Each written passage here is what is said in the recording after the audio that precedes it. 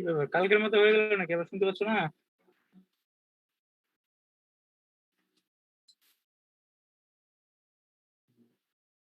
যে কালকে তো এই জন্য ক্লাস নিতে পারিনি, নেটওয়ার্কের মানে নেট প্রবলেম হয়ে গেছিল, বারবার হচ্ছে আউট করে দিচ্ছিল আমাকে, কানেকশনের প্রবলেম ছিল। তো আলহামদুলিল্লাহ তোমরা ভালো আছো তো। আর তোমাদের বাকি ক্লাসগুলোর কি খবর? প্রায় শেষ হয়ে গেছে সবগুলো? স্যার প্রতিটা কোর্সেরই একটা দুটা ক্লাস বাকি আছে স্যার, আর বদিউল স্যারের কোর্সের ক্লাস শেষ হয়ে গেছে স্যার। আচ্ছা আচ্ছা। তোমাদের বদিল স্যারের সাথে কথা কিছু বলছো পরীক্ষা টরীক্ষার ব্যাপারে? কিভাবে কি হবে, পরীক্ষা হবে কিনা? স্যার আমাদের ওইরকম কিছু বলেননি, কিন্তু বলছেন যে ঈদের পরে অনলাইনে পরীক্ষার একটা ডিসিশন আসতে পারে। এটাই পরিস্থিতি। তো প্রথমে ছিল টিচারদের ইয়ে ছিল স্যার এরকম যে তোমাদের হচ্ছে পরীক্ষা অফলাইনেই নিবে, অনলাইনে পরীক্ষা হবে না, বুঝতে পারছো? কিন্তু পরবর্তীতে এখন কন্ডিশন খারাপ, তো এখন এই জন্য সবাই মানে অনলাইন নে এক্সাম নেওয়ার কথাটাও এখন মানে সবাই ভাবতেছে যে এইভাবে কতদিন করে 2 সেমিস্টার শেষ হয়ে গেলে অনলাইনে ক্লাস কিভাবে নেওয়া যায় সেটার উপর আর কি সামনে ঈদের পর মিটিং হবে। সেটার বা নিয়ে আদৌ নিবে কিনা, কারণ অনলাইনে ওদের ক্লাস করার তো সবার অ্যাবিলিটি না, এই জন্য সমস্যা হবে। ধরো অনলাইন কোনো সময় ক্লাসই করতে পারবো না, সেই জায়গায় পরীক্ষা নিলে কিভাবে পরীক্ষা দিবে?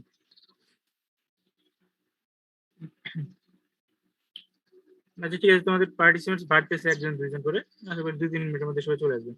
আমি ক্লাস শুরু করতেছি, বুঝতে পারছো?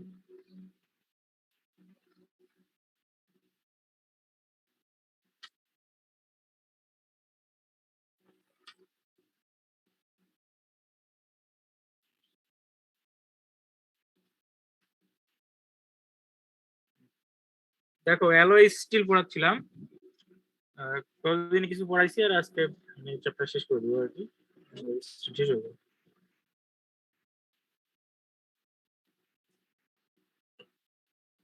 আচ্ছা, দেখা যাচ্ছে তো? কি একজন বলো যে দেখতে পাচ্ছ কিনা, আর আমার কথাটা মানে ক্লিয়ারলি শুনতে পাচ্ছ তো? কেটে কেটে যাচ্ছে না তো? এরকম না তো? জি আচ্ছা ঠিক স্যার। আছে। তাহলে দেখো আজকে তোমাদেরকে কতদিন আগে অ্যাসাইনমেন্ট দিয়েছিলাম যে বিভিন্ন রকমের steel, nickel steel, silicon steel, manganese steel, chromium steel. ওইখানে হচ্ছে একটা জিনিস ম্যাঙ্গানিজ স্টিল ছিল, তো ম্যাঙ্গানিজ স্টিলের ক্ষেত্রে এই ইয়েটা আসবে যে একটা স্যার একটা কোশ্চেন। প্রশ্ন ছিল স্যার। আচ্ছা হ্যাঁ বলো। স্যার এখানে যে বিভিন্ন ধরনের স্টিল গুলো আছে, যেমন নিকেল স্টিল বা হচ্ছে স্যার ম্যাঙ্গানিজ স্টিল, সবগুলা ডান পাশে স্যার একটা সিরিজ লেখা আছে, যেমন 2XXX সিরিজ, হ্যাঁ তারপরে হ্যাঁ, ওই এটা সিরিজ কি গুলো ওই যে ওটা হচ্ছে তোমার কেমিক্যাল কম্পোজিশনের উপর। ধরো 2X সিরিজে দেখা যাচ্ছে ক্রোমিয়াম বা যে এটা একটা পার্টিকুলার স্টিলের ক্ষেত্রে এর নাম দেওয়া হয়েছে যেটা কম্পোজিশন। অনেক সময় দেখবে কোনো স্টিলের 400 সিরিজ এরকম, 302, এরকম একটা কমার্শিয়াল নাম দিয়ে দেওয়া হয়েছে। তো ওই মানে ওই সিরিজের একটা পার্টিকুলার কম্পোজিশন, ধর 10% ক্রোমিয়াম, 0.1% কার্বন, এরকম আর কি, বুঝতে পারছো? ওই পার্টিকুলার স্টিল বেসে একটা নাম দেওয়া হয়েছে। টাংস্টেন স্টিলের ধরো একরকম নাম, মলিবডেনামের একরকম, এইরকম। মানে স্যার এটা কি স্টিলের একটা মডেল আর কি, মডেলের নাম? মডেল না, এর স্টিলের মনে করা হচ্ছে কম্পোজিশন বেসে একটা সিরিজ বানাইছে, এরকম একটা ফর্ম বলতে পারো। মডেল মডেল দিয়ে অন্য জিনিস বোঝায়,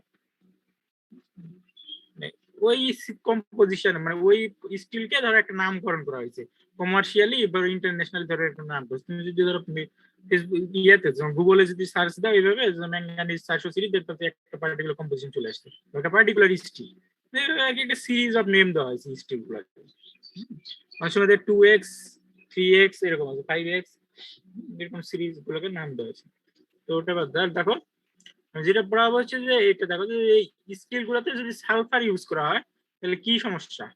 তো সালফার যদি মেইনলি স্টিলে ইউজ করা হয় সেটা হচ্ছে আয়রনের সাথে রিয়েক্ট করে তোমার আয়রন সালফাইড তৈরি করে, এটা ইউটেকটিক, যে লো মেল্টিং পয়েন্ট ইউটেকটিক। তো লো মেল্টিং পয়েন্ট হলে সমস্যা কি, ওই পার্টলি কি ওই যে স্টিলের পার্টলি মানে যেই অংশে বা যেই রিজনে মনে করে এই যে ইউটেকটিকটা তৈরি হবে সেটা হচ্ছে অল্প টেম্পারেচারে কি মেল্ট হতে শুরু হবে, তার মানে ওর সেটা যে পারফরমেন্স ওই স্টিলের ফুল পারফরমেন্সটা সে দিতে পারবে না। ঠিক আছে, তো এটা এগুলো হচ্ছে প্রবলেম, মানে সালফার যদি পার্টিকুলার একটা স্টিলের একটা পোর্শনে যদি মেল্ট হতে শুরু করে দেয় তখন রেস্ট অফ দ্য পোর্শনে কি আস্তে আস্তে মেল্ট হতে থাকবে। তো এইসব প্রবলেম, তো এই প্রবলেম দূর করার জন্য কি করা হয়, তোমার হচ্ছে ম্যাঙ্গানিজ যোগ করা হয় এর সাথে, ওই যে স্টিল মনে করো আয়রন সালফাইড তৈরি হতে পারে। তো ম্যাঙ্গানিজ দিলে কি হয়, ম্যাঙ্গানিজ আর সালফার রিঅ্যাকশন করে ম্যাঙ্গানিজ সালফাইড তৈরি করে। তো ম্যাঙ্গানিজ সালফাইডের টেম্পারেচার আয়রন সালফাইড যেটা আছে সেটা টেম্পারেচার বেশি, মানে মেল্টিং পয়েন্ট এটা অনেক বেশি। বুঝতে পারছো? এইভাবে হচ্ছে সালফারের প্রবলেমটা সলভ করা হয়। এবার হচ্ছে তোমরা হচ্ছে এটা ওই ম্যাঙ্গানিজ স্টিলের মধ্যে পাবা হ্যাটফিল্ড ম্যাঙ্গানিজ স্টিল। তো এটা একটা ধরো এরকম কমার্শিয়াল নাম। এটা ম্যাঙ্গানিজ স্টিল বা আরেকটা বলে যে ম্যাঙ্গা অ্যালয়, মানে ম্যাঙ্গানিজের অ্যালয়। বুঝতে পারছো? ওই ম্যাঙ্গানিজের এই অ্যালয় এটাকে যখন কি ম্যাঙ্গানিজের মধ্যে 12% মানে স্টিলের মধ্যে 12% ম্যাঙ্গানিজ, বা অনেক সময় অনেক জায়গায় বলা হয়েছে যে 10% এর বেশি, কোনো কোনো জায়গায় 13% ম্যাঙ্গানিজও বলা হয়েছে। হ্যাঁ, ধরে নেবে যে 12% ম্যাঙ্গানিজ স্টিল আছে, সেটাকে বলা হয় হ্যাটফিল্ড ম্যাঙ্গানিজ স্টিল। তো আর এটা হচ্ছে কিছু ইম্পর্টেন্ট প্রপার্টিজ এর মধ্যে আছে এই যে হাই ইম্প্যাক্ট স্ট্রেংথ আর resistance to abrasion once it's work harden, মানে যখন এটা যে হার্ডেনিং করা হবে তারপরে এই প্রপার্টিজ গুলো হার্ডফিল্ড ম্যাঙ্গানিজ স্টিল পাওয়া যাবে। এটা আরো কিছু স্টিল আছে হাই স্ট্রেংথ এন্ড ডাক্টিলিটি, আর হচ্ছে আউটস্ট্যান্ডিং টাফনেস। মানে এই স্টিলের মোটামুটি সব প্রপার্টি গুলোই ভালো, মানে মেকানিক্যাল যে প্রপার্টিজ গুলো আছে সবই মোটামুটি ভালো। টাফনেস বেশি, আবার ইম্প্যাক্ট স্ট্রেংথ, রেজিস্ট্যান্স, ইভেন ডাক্টিলিটিও বেশি, সবই ভালো। তো এখান থেকে শুরু করবো স্টেইনলেস স্টিল। স্যার বলো। স্যার ইল্ড জিনিসটা কি স্যার স্টিলের? ইল্ড পয়েন্ট বুঝছো না, ওই যে তোমাদের স্ট্রেস স্ট্রেন ডায়াগ্রামটা দেখো না, ইল্ডিং যেখানে পয়েন্টে শুরু হয়েছে, মানে কি যেখানে হচ্ছে প্লাস্টিক ডিফরমেশনের কি একটু নিচে একটা পয়েন্ট, সেটা একবার ইল্ড, মানে শুধু প্লাস্টিক ডিফরমেশন শুরু হবে এরকম একটা পজিশন, বা প্লাস্টিক ডিফরমেশন শুরু করবে সেটা হচ্ছে ইল্ড পয়েন্টের মধ্যে, ওটা হচ্ছে ডিনোট করবে, ইন্ডিকেট করবে যে এখানে হচ্ছে তোমার একটু কিছুক্ষণ পর প্লাস্টিক ডিফরমেশন ম্যাটেরিয়াল শুরু হবে, এরকম একটা মানে আগে থেকে ওয়ান কাইন্ড অফ হচ্ছে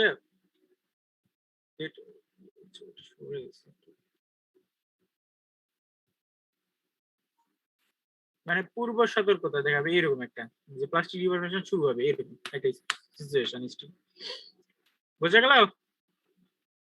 জি স্যার। আচ্ছা, এবার দেখো স্টেইনলেস স্টিল। এটার নাম শুনছো, এটা আগে থেকে স্টিলের আগে থেকে স্টেইনলেস স্টিলের নাম দেওয়া। তো স্টেইনলেস স্টিল হলো যে স্টিল গুলো মনে করা হচ্ছে দুইটা পারপাসে ইউজ করা হয়।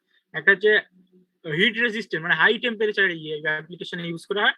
আরেকটা হচ্ছে এদের হচ্ছে করোশন রেজিস্ট্যান্স অনেক বেশি থাকে, মানে কখনোই অক্সিডেশন হবে না। যেটা পিওর স্টেইনলেস স্টিল, এটা হচ্ছে কখনোই এতে মরিচা পড়বে না, বুঝতে পারছো? হ্যাঁ, এই স্টিলটা। তো আমাদের এখানে যে স্টিল চালানো হয় এগুলো আসলে হচ্ছে পিওর না একেবারে, দেখো যে এই স্টিল গুলোতে কিছু পরিমাণে আয়রন অক্সাইডের লেয়ার পড়ে, বাট যেটা পিওর সেটাতে কখনোই মরিচা পড়বে না। তো এই স্টেইনলেস স্টিলের ডেফিনেশন এটি এইভাবে বলা যায়, মানে হিট রেজিস্ট্যান্ট, মানে হিট হাই টেম্পারেচার অ্যাপ্লিকেশন, অথবা কি করোশন রেজিস্ট্যান্ট পারপাসে যে স্টিল গুলো ইউজ করা হবে সেটাকে বলা হবে স্টেইনলেস স্টিল। ঠিক আছে? তো এই স্টেইনলেস স্টিলের মধ্যে যে অনেক টাইপের ভাগ আছে, তো এইখানে একটা জিনিস বুঝতে হবে যে ক্রোমিয়ামের অ্যামাউন্ট অনেক বেশি থাকে, এক্সেস অফ 12%। তো এটা দিয়ে অনেক স্টেইনলেস বলতে মানে ক্রোমিয়াম, ধরো ক্রোমিয়াম স্টিল যেটা, ক্রোমিয়ামের অ্যামাউন্টটা বেশি থাকে স্টেইনলেস স্টিলে। এখন স্টেইনলেস স্টিলে কয়েকটা টাইপস আছে, টাইপস গুলো এখানে দেখো কয়েকটা আছে। মার্টেনসিটিক, এসএস মানে স্টেইনলেস স্টিল, মার্টেনসিটিক, ফেরিটিক আর অস্টেনিটিক। আর এই পাশে আছে দেখো প্রিসিপিটেশন হার্ডেন, আরেকটা আছে ডুপ্লেক্স। তো ডুপ্লেক্স এটা পড়াবো না, বাকি এই চারটা পড়তে হবে তোমাদের। তার মধ্যে এই তিনটা, প্রথম তিনটা দেখো যে ফেরিটিক, মার্টেনসিটিক আর অস্টেনিটিক, এই তিনটার নাম করা হয়েছে মাইক্রোস্ট্রাকচারের বেস করে, মানে এই ফাইনাল যে স্টিল পাওয়া যাবে সেই স্টিলের মাইক্রোস্ট্রাকচার হবে এরকম। মার্টেনসিটিক হবে মানে মার্টেন সাইড সিটিক এর ক্ষেত্রে মার্টেন সাইড স্ট্রাকচার ফর্ম করবে, এটা হচ্ছে ফেরিটিক, আর এটা হচ্ছে অস্টেনাইটিক স্টিল হবে। আর প্রিসিপিটেশন হার্ডেনিং এটা আলাদা, এটা হচ্ছে প্রিসিপিটেশন পদ, মানে এটা হচ্ছে প্রিসিপিটেশন হার্ডেনিং, এই প্রসেসের মাধ্যমে এই স্টিলটা হার্ডেন করা হবে। তো এইখানে দেখো স্টিলের কথাগুলো, যে সিরিজের কথা বলছিলাম, এই সিরিজগুলোর নাম দেখো যে 2x 3x 4x, তো প্রত্যেকটা আলাদা আলাদা কম্পোজিশন। তো প্রথমটাই দেখো ক্রোমিয়াম নিকেল ম্যাঙ্গানিজ। হ্যাঁ, এটা হচ্ছে তিনটায় ধরো অ্যামাউন্ট একটু বেশি থাকবে। আর ইয়েটা কি হবে দেখো, নন হার্ডেনেবল, মানে এটা হচ্ছে হার্ডনেস একটু কম, অস্টেনেটিক বাট নন ম্যাগনেটিক। তো স্টিলটা বেশিরভাগ গুলো হচ্ছে ম্যাগনেটিক, বাট এই স্টিলটা হচ্ছে নন ম্যাগনেটিক। তো এইভাবে যে 3x 4x কখন নাম আছে, সেটা দেখো 5x যেটা আছে এটা হচ্ছে ক্রোমিয়াম, লো ক্রোমিয়াম, হচ্ছে ক্রোমিয়ামের অ্যামাউন্টটা কম, মানে হিট রেজিস্ট্যান্ট। এই যে এটা বলছিলাম তোমাদের, হিট রেজিস্ট্যান্ট পারপাসে ইউজ করে, মানে হচ্ছে হাই টেম্পারেচারে, মানে হাই টেম্পারেচারে ইনার্ট অবস্থা থাকবে, মানে টেম্পারেচারের সাথে এদের কোনো চেঞ্জ আসবে না স্টেইনলেস স্টিল। এইবার আসলে এবার দেখবো হচ্ছে আমরা মার্টেনসিটিক স্টেইনলেস স্টিল। তো এই স্টিল গুলার কম্পোজিশনটা জানতে হবে, এই কম্পোজিশনটা মুখস্থ করতে হবে, মানে একদম ঝাড়া। দেখো ক্রোমিয়াম স্টিলে হচ্ছে কি ইয়ে কি থাকে 11.5 থেকে 18% ক্রোমিয়াম আর 0.515% কার্বন, কার্বনের পার্সেন্টেজ অনেক কম। ম্যাঙ্গানিজ 1.25 আর 1% থেকে সিলিকা।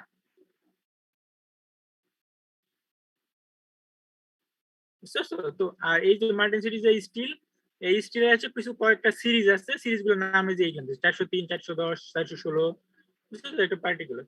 তো এটা ইউজ করা যাবে টারবাইন ব্লেডস আর করোশন রেজিস্ট্যান্ট অ্যাপ্লিকেশন। এগুলো বলতে হয় না আলাদা, করোশন রেজিস্ট্যান্ট হচ্ছে কারোর সাথে রিঅ্যাকশন করবে না, অক্সিডেশন। একটা জিনিস কি জানো তোমরা, হাই টেম্পারেচারে কি হয়, অক্সিডেশন হয়, বুঝছো তো। যে কোনো একটা হাই টেম্পারেচার এনভায়রনমেন্টে একটা ম্যাটেরিয়াল লিখে দিলে ওর অক্সিডেশন মানে হচ্ছে বিভিন্ন রকম অক্সাইড ফর্ম করে। তো এই স্টিল গুলোর অক্সিডেশন হবে না, কারণ এদের করোশন রেজিস্ট্যান্স অনেক বেশি। এখন এইটার আমাদের দেখতে হবে যে হিট ট্রিটমেন্ট কিভাবে হচ্ছে, এটার হিট ট্রিটমেন্ট করা যায় আর ফাইনাল স্ট্রাকচারে কি থাকবে। এই স্টিল যে মার্টিন সিরিজ যে স্টিল বললাম, এই স্টিলের ফাইনাল স্ট্রাকচার কি থাকবে বলো তো, ফাইনাল স্ট্রাকচারটা কি হবে?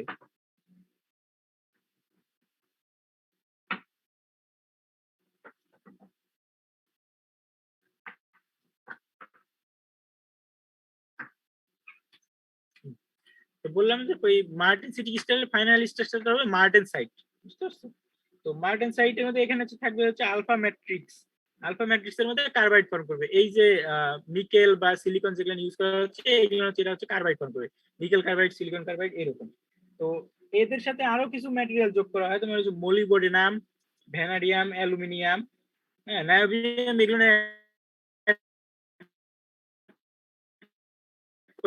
কারণ এইগুলো অ্যাড করলে এদের হচ্ছে হাই টেম্পারেচার বডিটা বা এখানে দেখো একটা জিনিস করে যে কি এই স্টিলের সবচেয়ে বেশি আছে কোন কনসেন্ট্রেশন কার বেশি, ক্রোমিয়ামের না।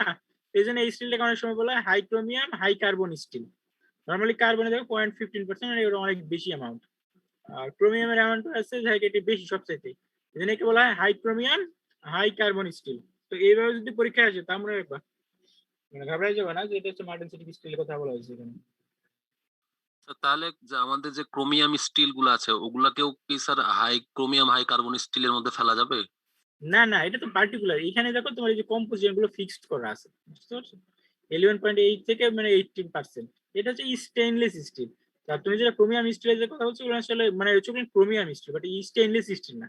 স্টেইনলেস স্টিলে তোমার হচ্ছে পারপোসই আলাদা। আর ক্রোমিয়াম স্টিলের ইয়েটা দেখবা হচ্ছে অ্যাপ্লিকেশন গুলো দেখবা ভিন্ন রকম, একই রকম আসবে না দুটো। ঠিক আছে স্যার। আর এখানে দেখো যে হিট ট্রিটমেন্ট একটা প্রসেস আছে আমাদের এই স্টিলে কিভাবে হিট ট্রিটমেন্ট করা যায়। দেখো এই যে প্রসেস অ্যানিলিং, এগুলো কিন্তু পড়াইছি তোমাদের। অ্যানিলিং অ্যানিলিং যদি 650 থেকে 760 ডিগ্রিতে করা হয় তাহলে এই স্টিলের কি ডাক্টিলিটি এন্ড মেশিনেবিলিটি বাড়তে থাকবে। ডাক্টিলিটি বুঝো, আর মেশিনেবিলিটি মানে এটা হচ্ছে ওয়ার্কিং, যে এটা নিয়ে কোল্ড ওয়ার্ক হট ওয়ার্ক যেগুলো করা যায় এগুলো হচ্ছে কত মেশিনেবিলিটি ইজিলি করা যাবে এটা। আরেকটা আছে যে অস্টেনাইজিং, 925 থেকে 1065 ডিগ্রি সেন্টিগ্রেড।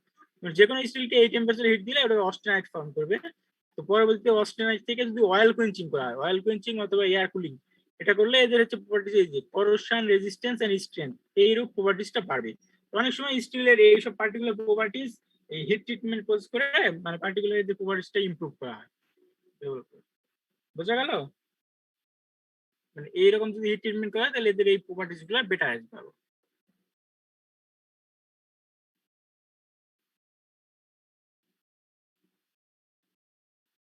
এইবার দেখো, আচ্ছা এগুলো হচ্ছে আমি পার্টিকুলার ইয়ে পাই নাই বোঝা, বুঝতে পারছো? একেবারে আমি যেভাবে চাচ্ছিলাম যে এক্সাক্ট কম্পোজিশন টেম্পারেচার সেগুলো ডায়াগ্রামটা পাই নাই। তাই এখান থেকে আমার আগে নোট করা ছিল, ওইখান থেকে তোমাদের পিকচার তুলে আর কি এখানে দিয়েছি। এটা বললেই হবে, এটা আমি বলে দিচ্ছি। দেখো এটা কিভাবে কি হবে, দেখো টাইটেলটা পড়ো তোমরা।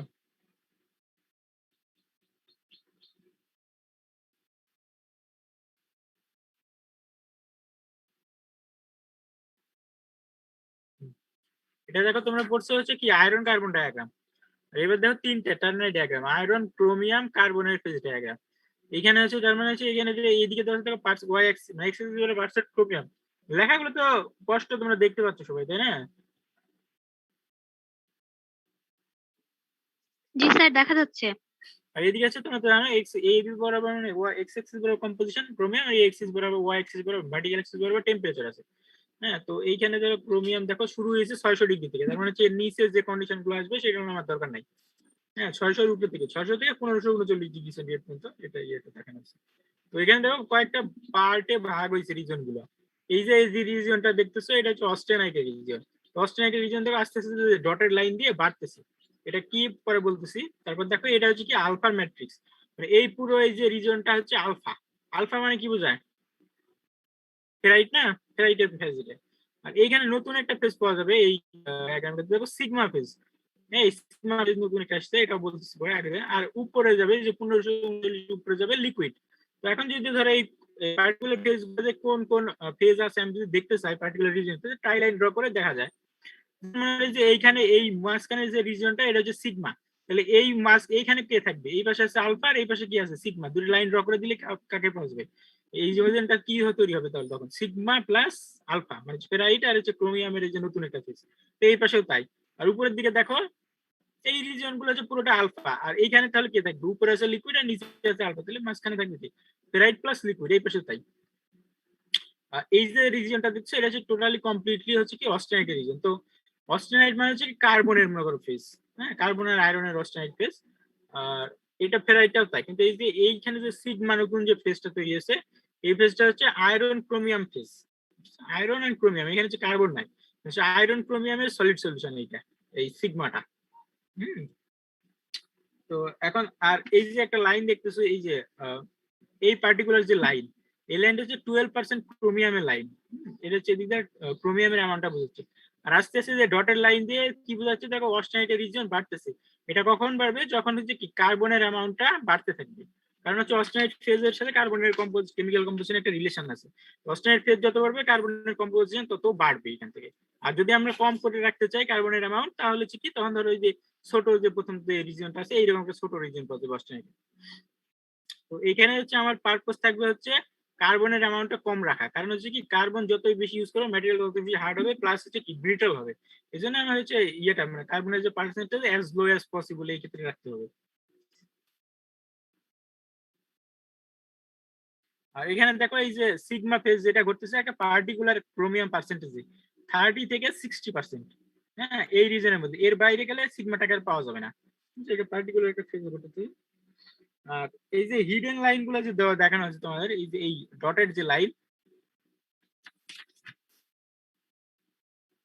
এই যে এখানে যে 2-3টা হিডেন লাইন দেওয়া আছে বুঝতে পারতেছো তো? এই যে এটা এই লাইনগুলো হচ্ছে অস্টেনাইটের ঘর। তো এই ঘরে হচ্ছে কম্পোজিশন একটা পার্টিকুলার একটা কম্পোজিশন আছে, এটা হচ্ছে আয়রন মানে রেস্ট 12% ক্রোমিয়াম আর 0.1% কার্বন এখানে।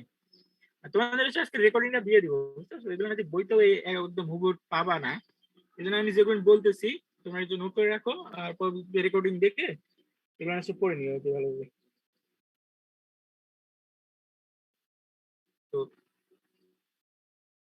এই যে ডটেড যে লাইন আছে এটা কেমিক্যাল কম্পোজিশন হচ্ছে 12% ক্রোমিয়াম আয়রন আর হচ্ছে 0.1% কার্বন থাকবে এখানে।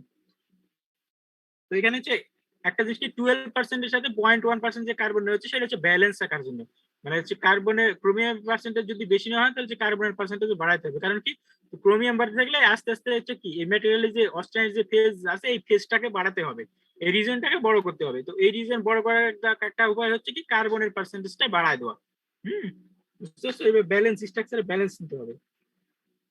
তো 12% এর জন্য হলো 0.1% কার্বন। এখন যদি ধরো এইভাবে কার্বনের মানে ক্রোমিয়ামের পার্সেন্টেজটা যদি আমরা বাড়াতে থাকি,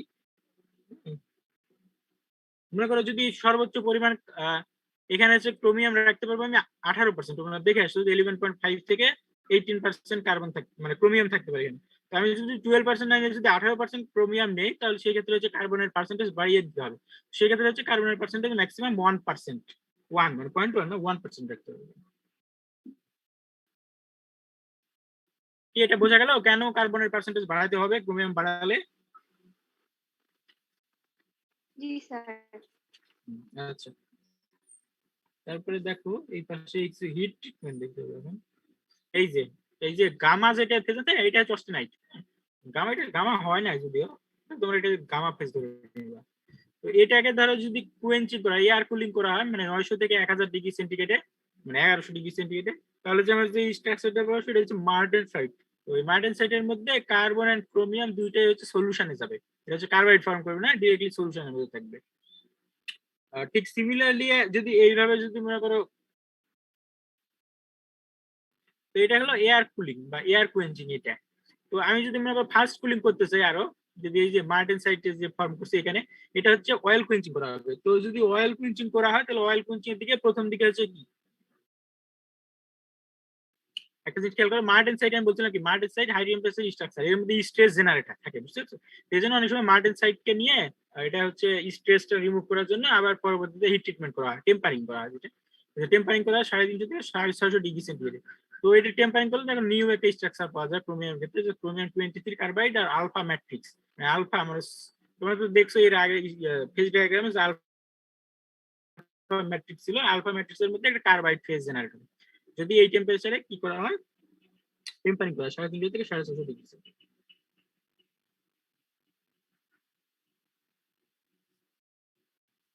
একটা জিনিস খেয়াল করো, আমরা কি কাজ করতেছি কোন স্টিল নিয়ে এখানে?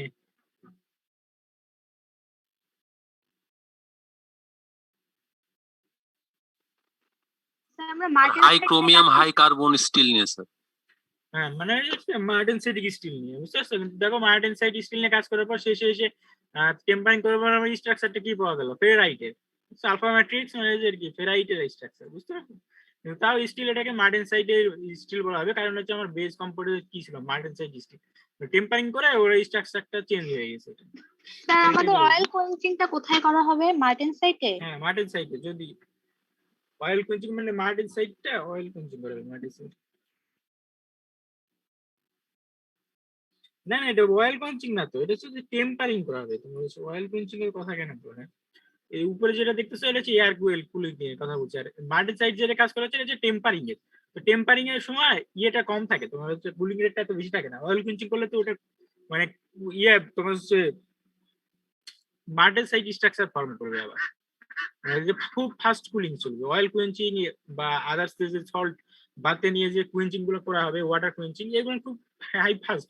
তো মার্টেন সাইড নিয়ে ওইটা যদি ওয়েল কুয়েঞ্চিং করা হয় আবার দেখা যায় মার্টেন সাইড স্ট্রাকচারই ফর্ম করবে, কার্বাইড স্ট্রেসটা যাবে না। কিন্তু এখানে টেম্পারিং করা হচ্ছে, তো মার্টেন সাইডটা নিয়ে 300 থেকে 650 ডিগ্রিতে, এটা হচ্ছে নর্মাল কুলিং। নর্মাল কুলিং হচ্ছে ম্যাক্সিমাম হচ্ছে এয়ার কুলিং এর করা যাবে সর্বোচ্চ।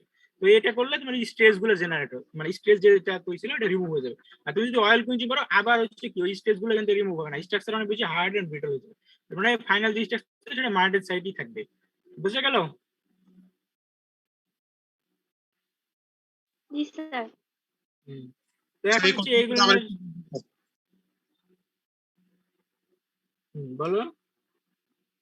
এই স্যার মার্টেন সাইটকে টেম্পারিং করার পরে আবার মার্টেন সাইটই থাকছে, কি যেন বললেন স্যার, এটা যদি আবার একটু বলতেন, আমি শুনতে পাইনি।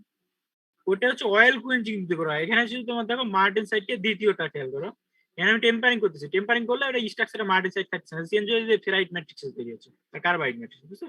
বাট মার্টেন সাইডকে নিয়ে আমি যদি আবার ধর অয়েল কুইঞ্চিং করা হয় মানে ফাস্ট কুলিং, ওই মার্টেন সাইড স্ট্রাকচারটাই ফর্ম করবে, মানে ওখান থেকে স্ট্রেস আর রিমুভ হবে না।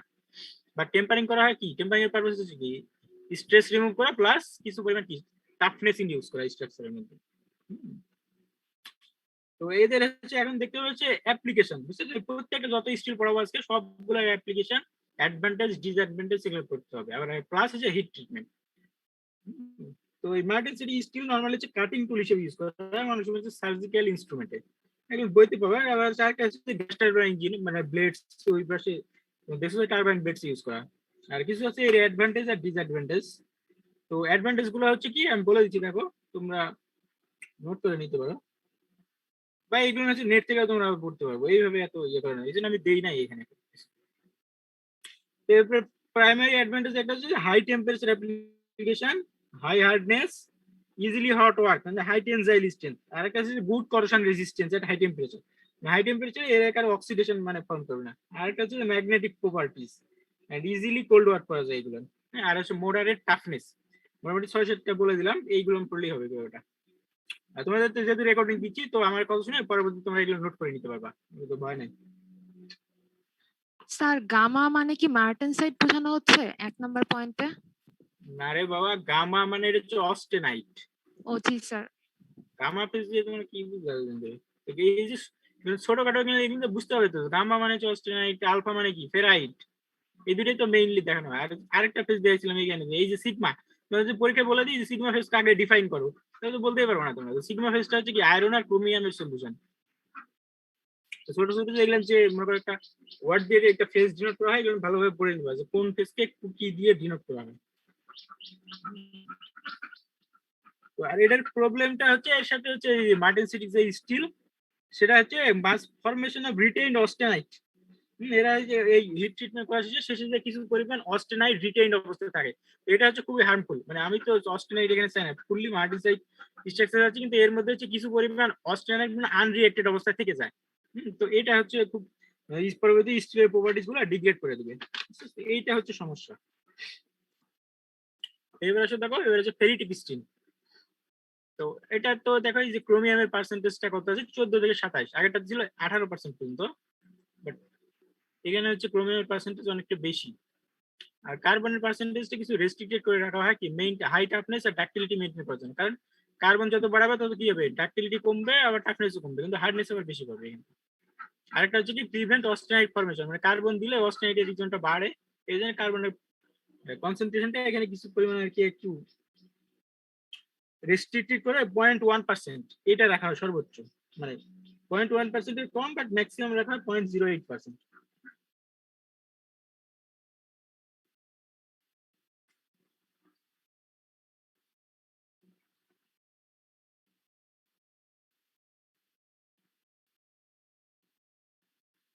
কি বোঝা গেল? এখানে কার্বনের পার্সেন্টেজটা কেমন 0.1, মানে 0.1% চাইতে কম রাখা হচ্ছে। কারণ হচ্ছে কি, তোমরা জানো যে একটু আগেই বললাম, কার্বন বাড়ালে কি হয়, ডাক্টিলিটি কমে যায়, ব্রিটেলনেস বেড়ে যায়, আর কি এই যে অস্টেনাইটের রিজিয়ন ফর্ম করে। কিন্তু আমার এখানে চাই মানে স্টিলটা দেখো কি ফেরিটিক স্টিল, কোনো আমি চাইবো না কোনো সময় যে এখানে কি মার্টেসাইট বা আদার্স অস্টেনাইট ফর্ম করুক। যে স্ট্রাকচারটা ফাইনালি পাবো সেটা হবে কি ফেরাইটের স্ট্রাকচার। আর আরেকটা জিনিস কি, এখানে হচ্ছে নিকেল ইউজ করা হয় না। আগের স্টিলগুলোতে দেখবে যে কিছু পার্সেন্ট নিকেল ছিল, বাট এখানে হচ্ছে নিকেল ইউজ করা হয় না, কারণ নিকেল ইউজ করলে এরা হচ্ছে কার্বাইড ফর্ম করবে। স্যার নিকেল ইউজ করলে কি হয়? নিকেলটা কার্বাইড ফর্ম করবে এখানে, বুঝতে পারছো? কার্বাইড ফর্ম করলে স্ট্রাকচারের মধ্যে আবার যে মার্টেনসাইটের মতো ক্র্যাকিং, মানে ডিসটরশন এন্ড ক্র্যাকিং হতে পারে, এই জন্য হচ্ছে নিকেলটা অ্যাড করা হবে না। মানে বলা হয় যে এরকম যে নিকেল অ্যাড করলে স্ট্রাকচারটা একটু ব্রেক আউট করে দিবে, স্ট্রাকচারটা ব্রেক করবে, এই জন্য হচ্ছে নিকেল মানে 0% রাখা হবে। এবার দেখো যে হিট ট্রিটমেন্ট কিভাবে করা যায়, একটা হচ্ছে হট ওয়ার্ক আর কোল্ড ওয়ার্ক করা যায়, একটা হচ্ছে অ্যানিলিং 760 থেকে 966 ডিগ্রি সেন্টিগ্রেডে। তাহলে এখান থেকে সফটনেস, মানে সফটনেস কিছু ইন্ডিউস হবে, ডাক্টিলিটি প্লাস করেশন রেজিস্ট্যান্স। এই পার্সেন্টেজ গুলো তো তোমাদের হচ্ছে টোটালি ঢালা মুখস্থ করতে হবে। এবার হচ্ছে আয়রন ক্রোমিয়ামের ফেজ ডায়াগ্রাম।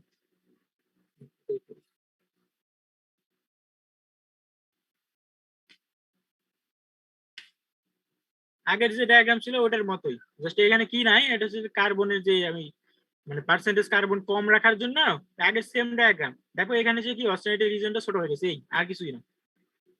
এর আগে কি ছিল যে কিছু ডটেড লাইন দিয়ে অস্টেনাইটের রিজনটা বাড়ায় দিয়েছিলাম, বাট এখানে যেহেতু আমি 0.1% কার্বনের তার সাথে কার্বন ইউজ কম করেছি, এই জন্য কি অস্টেনাইটের রিজনটা আমি চাইবো সবচেয়ে ক্ষুদ্র, মানে ছোট হোক, স্মল অ্যাজ ইজ পসিবল। তো এইটা শুধু এইটু ডিফারেন্স, বুঝতে পারবো।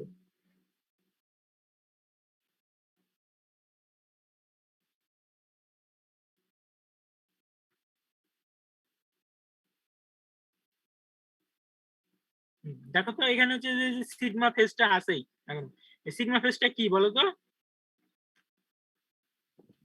স্যার আয়রন ক্রোমিয়ামের সলিউশন।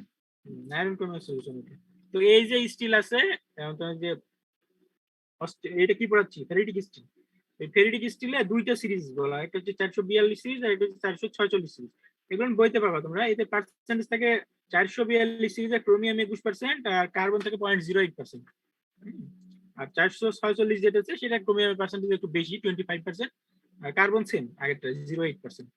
তো এই স্টিল গুলো এই যে হিট অক্সিডেন্ট রেজিস্ট্যান্ট, মানে স্টেনলেস স্টিলের যে পিও দুটি অ্যাপ্লিকেশন, এই অ্যাপ্লিকেশনে এই দুই সিরিজের স্টিলটা ইউজ করা হবে। High heat resistant and oxidant resistant, মানে অক্সিডেশন ঘটবে না, এরকম করশন ঘটবে না, এরকম এনভায়রনমেন্টে এটা ইউজ করা হবে। এই যে দেখো এখানে হচ্ছে কিছু অ্যাডভান্টেজ ডিসঅ্যাডভান্টেজের কথা বলছি। তো ফেরাইট স্টিলের অস্টেনাইটিক স্টিলের উপর কিছু অ্যাডভান্টেজ আছে। এই যে লো অ্যালয় কন্টেন্ট, মানে হচ্ছে কি কার্বনের পরিমাণটা কম থাকে এখানে, hence cheaper. Resistance to stress corrosion caking, বলা হচ্ছে হায়ার ইল্ড স্ট্রেংথ। এখানে আরো কিছু আছে হচ্ছে গুড ম্যাগনেটিক প্রপার্টিজ, হচ্ছে লো ওয়ার্ক হার্ডেনিং আর ইজি টু হট ওয়ার্ক, আগেরটার মতোই। বাট এর কিছু প্রবলেম হচ্ছে, ডিসঅ্যাডভান্টেজ আছে হচ্ছে লো করোশন রেজিস্ট্যান্স, করোশন রেজিস্ট্যান্সটা কম, টাফনেস কম। আর এটা হচ্ছে যে টেম্পার ইমব্রেটেল হয় যখন হচ্ছে টেম্পারেচার 475 ডিগ্রি সেন্টিগ্রেডের উপরে নেওয়া যায়। তোমরা এটাকে বুঝো কিনা, টেম্পার ব্রিটলমেন্ট বা ইমব্রিটলমেন্ট, এটা বুঝছো?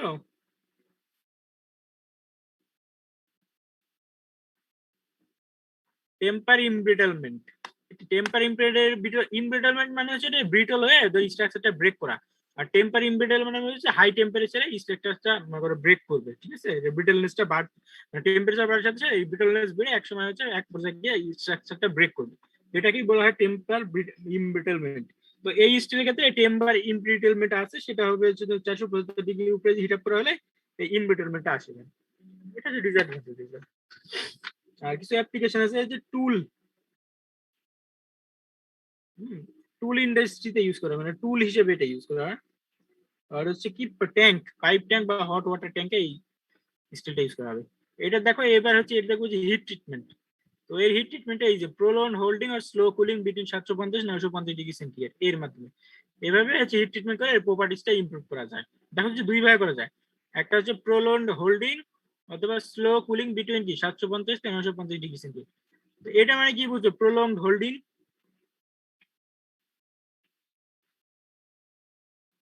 কিছু বুঝতেছো এটা মানে? বলো কেউ একজন বলো কিছু। স্যার একটা একই নির্দিষ্ট টেম্পারেচারে টেম্পারেচার বেশিক্ষণ ধরে রাখতে রেখে, হবে স্যার। হ্যাঁ মানে প্রলং হোল্ডিং মানে হচ্ছে লং টাইম হোল্ড করে রাখা হবে, বুঝতে পারছো? এই 750 থেকে 950 এর মধ্যে, এর মধ্যে আমরা একটা টেম্পারেচারে ওই যে স্পেরোডাইজিং এ যেটা ছিল অনেক লং টাইম ধরে যখন ক্রিটিক্যাল টেম্পারেচার উপরে বা নিচে হোল্ড করা হয় এরকম আর কি। প্রলং হোল্ডিং মানে লং টাইম ধরে হোল্ডিং করা হবে। তো এটা শেষ, এটা হচ্ছে অস্টেনেটিক স্টেন সিস্টেম। একটা জিনিস খেয়াল করো তো, আমি এর আগে বলছিলাম অস্টেনাইট কত ডিগ্রিতে পাওয়া যায়, মানে কত রুম টেম্পারেচার থাকে না, মেটাসটা বলতেছি। সর্বোচ্চ কি 723 ডিগ্রি, মানে ক্রিটিক্যাল লাইন ছিল তার উপরে পাওয়া যাবে, নিচে তো অস্টেনাইট পাওয়া যায় না। কিন্তু এখানে আমরা বলতেছি কি অস্টেনেটিক স্টেনলেস স্টিল, তার মানে হচ্ছে কি এখানে অস্টেনাইট ফেসটা কি হয়েছে, স্টেবল হয়েছে। কিভাবে স্টেবল হবে এখানে? স্টেবল করার কাজ কি, এই যে আদার্স ইম্পিউরিটি এলিমেন্ট গুলো দেওয়া হবে এখানে, ডোপিং করা হবে আদার্স, এই যে ক্রোমিয়াম বা নিকেল আমরা আদার্স যোগ করতেছি না প্রপার্টিস ডেভেলপ করার জন্য, তো এখানে হচ্ছে কি অস্টেনাইটকে স্টেবল করার জন্য নিকেল অ্যাড করা হবে, বুঝতে পারছো? তো নিকেল যত বেশি অ্যাড করবে এটা হচ্ছে অস্টেনাইটের মানে অস্টেনাইট ফেসটা বা স্টেনলেস ফেসটা সেটা হচ্ছে তত বেশি স্টেবল হবে। বোঝা গেল?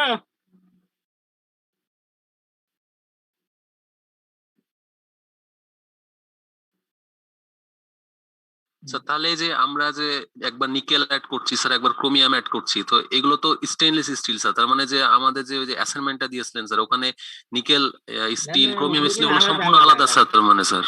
হ্যাঁ হ্যাঁ, ওগুলো প্রত্যেকটা আলাদা। আরে প্রত্যেকটা মনে করো এলিমেন্টের নামে একটা করে স্টিল বানানো যায় এরকম।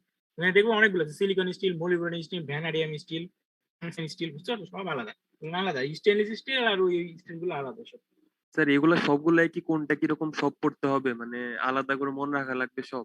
হ্যাঁ, এটা তোমার হচ্ছে আলাদাভাবে প্রপার্টিজ, কম্পোজিশন, হ্যাঁ এগুলোর মধ্যে হবে। আগে সব পড়ায়নি, সব দেখো, তারপর এক জায়গায় করে দাও কি হয়। স্যার এই কোর্সে যা তথ্য আছে স্যার। হ্যাঁ, এই কোর্সে যা তথ্য আছে এটা দিয়ে তোমার হচ্ছে সিরাম মানে কি বলে ওই যে স্টিল কোম্পানিতে জব হয়ে যায়, বুঝতে পারছো? এই শুধু জাস্ট এই কোর্সটা যদি পড়তে পারো ঠিক মতো করতে পারো, জাইরন কার্বন ডাইঅক্সাইড কিভাবে স্টিল তৈরি করা হয়, হ্যাঁ এটা দিয়েই তোমার হচ্ছে পুরো মানে কি স্টিল ইন্ডাস্ট্রিতে জব হয়ে যাবে। স্টিল ইন্ডাস্ট্রি মানে তোমার লাইফটা পার হয়ে যাবে এই অ্যাবনারের বই থেকে, এটা যদি পড়বো না এখান থেকে ভালোভাবে। না আচ্ছা, না এটা হচ্ছে কি পড়াচ্ছিলাম, অস্টেনাইটিক স্টিল। তো এটারও এরকম কম্পোজিশন আছে, মনে করো একটা যে ক্রোমিয়াম আর নিকেল। তো ক্রোমিয়াম এখানে যদি 25% পর্যন্ত রাখা হয় আগের মোটার মতোই, আর নিকেল এখানে বলছি যেহেতু এই অস্টেনাইটকে রুম টেম্পারেচার স্টেবল করার জন্য 8 থেকে 20% নিকেল অ্যাড করে, আর এর সাথে কিছু পরিমাণ মানে কার্বনের অ্যামাউন্টটা আর আগের মতো 0.1% এর সাথে কম থাকে।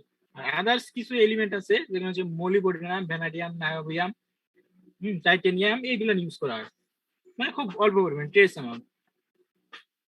তো এখানে হচ্ছে দেখো কিছু এই যে প্রপার্টি যে কথা এখানে বলা আছে তা আমি একটু ওগুলো বলতেছি না, তুমি হিট ট্রিটমেন্টটা দেখো যে কিভাবে হিট ট্রিটমেন্ট করা হবে এটা,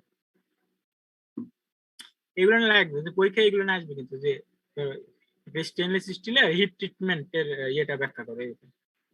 তো হিট ট্রিটমেন্ট দেখো দুই ভাবে করা যায়, একটা হচ্ছে অ্যানিলিং এন্ড হাই টেম্পারেচার ডিস্টিলাইজেশনের মাধ্যমে কার্বাইড সলিউশন ফর্ম করবে, আর এটা হচ্ছে সলিউশন হিট ট্রিটমেন্ট যে কি ডিসসলিউশন অফ ক্রোমিয়াম কার্বাইডস, কার্বাইড যেগুলো আছে সেগুলো হচ্ছে সলিউশন থেকে ডিসসলিউশন আউট হয়ে চলে যাবে এগুলো। তো এখানে দেখো যে গ্রেইন গুলো একটা কথা বলা হয়েছে ইকুই এক্সিট গ্রেইনস আর একটা হচ্ছে অ্যানিলিং টুইনস। তো দেখো ইকুই এক্সিট মানে হচ্ছে এই যে গ্রেইন যেগুলো আছে প্রত্যেকটা অ্যাক্সিস সেম, মানে যে সাইজ গুলো সেম থাকবে। এবার হচ্ছে হিট ট্রিটমেন্ট দেখবো। আচ্ছা এই লেখাটা আবার নিচে চলে আসবে,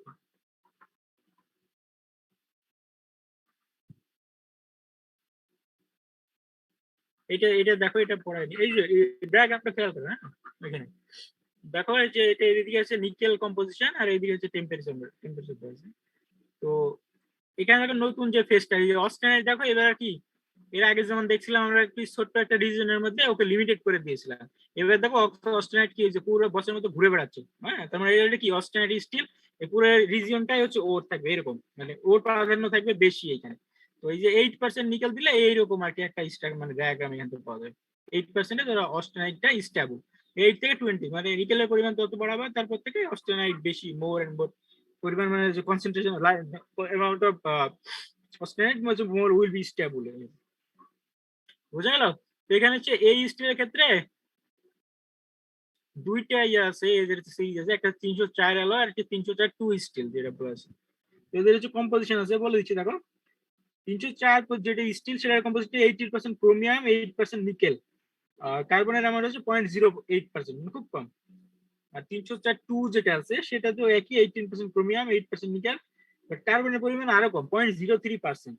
তো এগুলো হচ্ছে এই যে 2 নম্বরে যেটা আছে 304 টু স্টিল এটা ইউজ করা ওয়েল্ডিং পারপাসে, ওয়েল্ডিং করতে। ওয়েল্ডিং এর উপর থেকে আমার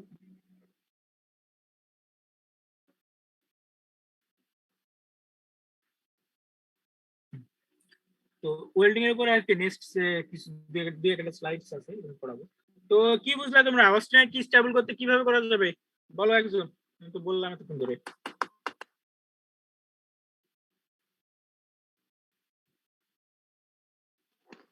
স্যার আমরা 8 থেকে কার্বন 20% কমাইতে নিকেল অ্যাড হবে। করব তাহলে অস্টেনাইট স্টেবল করতে হচ্ছে ম্যাঙ্গানিজ আর নিকেল অ্যাড করা হবে, বুঝতে পারছো? এই দুটোর অ্যামাউন্টে 10% এর উপরে রাখতে হবে, তাহলে হচ্ছে রুম টেম্পারেচারে আমরা অস্টেনাইটকে স্টেবল ফর্মে পাবো। যদি এটা করতেছি আমরা এই অস্টেনাইট স্টেনলেস সিস্টেম।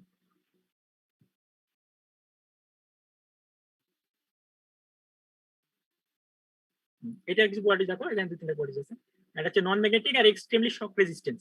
শক রেজিস্ট্যান্স আমরা বুঝবো হাই ইম্প্যাক্ট রেজিস্ট্যান্স বা যে হঠাৎ করে যদি টেম্পারেচার বাড়ায় কমায় হয় তো 1 মিনিটের মধ্যে টেম্পারেচার 400 থেকে 800 করে দিলাম তাও কি এই স্টিলের কিছু হবে না। তো এটাই বলা হয়েছে যে এক্সট্রিমলি শক রেজিস্ট্যান্স মানে থার্মাল শক রেজিস্ট্যান্স অনেক বেশি।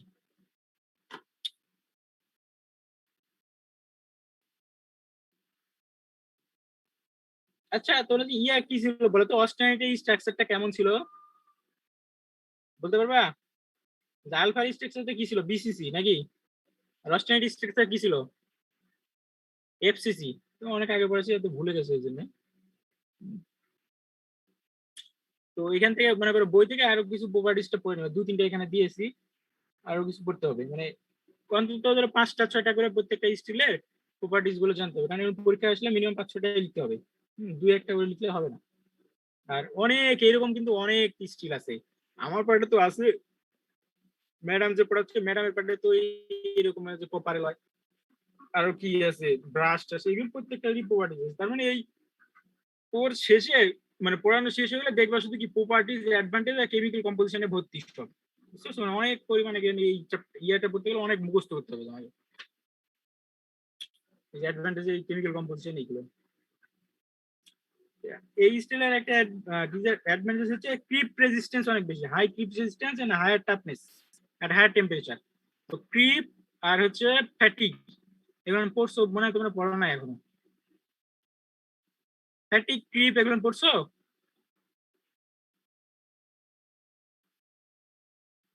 আচ্ছা ক্রিপটা বললেন, এই ক্রিপটা হচ্ছে তোমার এই যে মনে করো টাইমের সাথে ম্যাটেরিয়াল ফেইলার করার মানে ফেইল হওয়ার একটা যে টেন্ডেন্সি সেটা। মনে করো একটা ম্যাটেরিয়াল আমি একটা পারপাসে ইউজ করতেছি 10 বছর ধরে, হ্যাঁ 10 বছর ধরে মনে করো একটা বাল্ব বা একটা জ্বলতেছে, তো এরকম 10 বছর ধরে ওটার হচ্ছে ফেইল করার যে টেন্ডেন্সি সেটাকে বলা হবে ক্রিপ। তো এইরকম, তো এটা হচ্ছে হাই টেম্পারেচারে এই ক্রিপ গুলো বেশি হয়, তো হাই ক্রিপ রেজিস্ট্যান্স আর হাই টেকনেস। আর hot work and cold work এটা ইজিলি করা যায় এখান থেকে। আর আরেকটা প্রপার্টিজ আছে হচ্ছে হাই টেম্পারেচার স্ট্রেংথ আর রেজিস্ট্যান্স। আর করোশন রেজিস্ট্যান্স সেটা হচ্ছে কি ফেরাইট আর মাল্টিসিলিক যে স্টেনলেস স্টিল ছিল সেগুলোর সাথে সবথেকে ভালো এই স্টিলে। আর একটাই প্রবলেম সেটা হচ্ছে যে ওয়েল্ডিং, যেটা আমি এর আগে বললাম যে একটা ওয়েল্ডিং এর সময় এটা হচ্ছে একটা হ্যাজ ফর্মেশন হয়, HAZ। এই হ্যাজ ফর্মেশন নিয়ে বিস্তারিত বলতেছি পরে। আর একটা হচ্ছে ইন্টারগ্রানুলার করোশন হয়। ইন্টারগ্রানুলার করোশনটা হচ্ছে তোমার গ্রেইন বাউন্ডারিতে যে করোশনটা সেটা একে বলা হয় ইন্টারগ্রানুলার করোশন। এই যে দেখো এই যে যেটা আমি পড়াচ্ছিলাম। আচ্ছা নিচে কি লেখা আছে এটা দেখতে পাচ্ছ?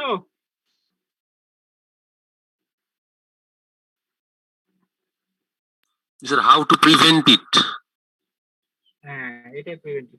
আচ্ছা রাত্রে কে তোমরা খেলা দেখছো কে কে বলো তো? জি স্যার।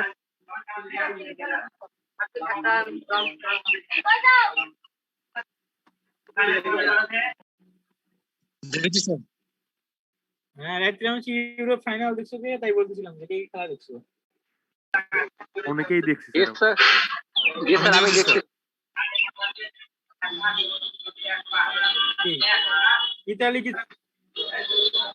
আচ্ছা কারা কি আছে মাইক মাইক অফ করো।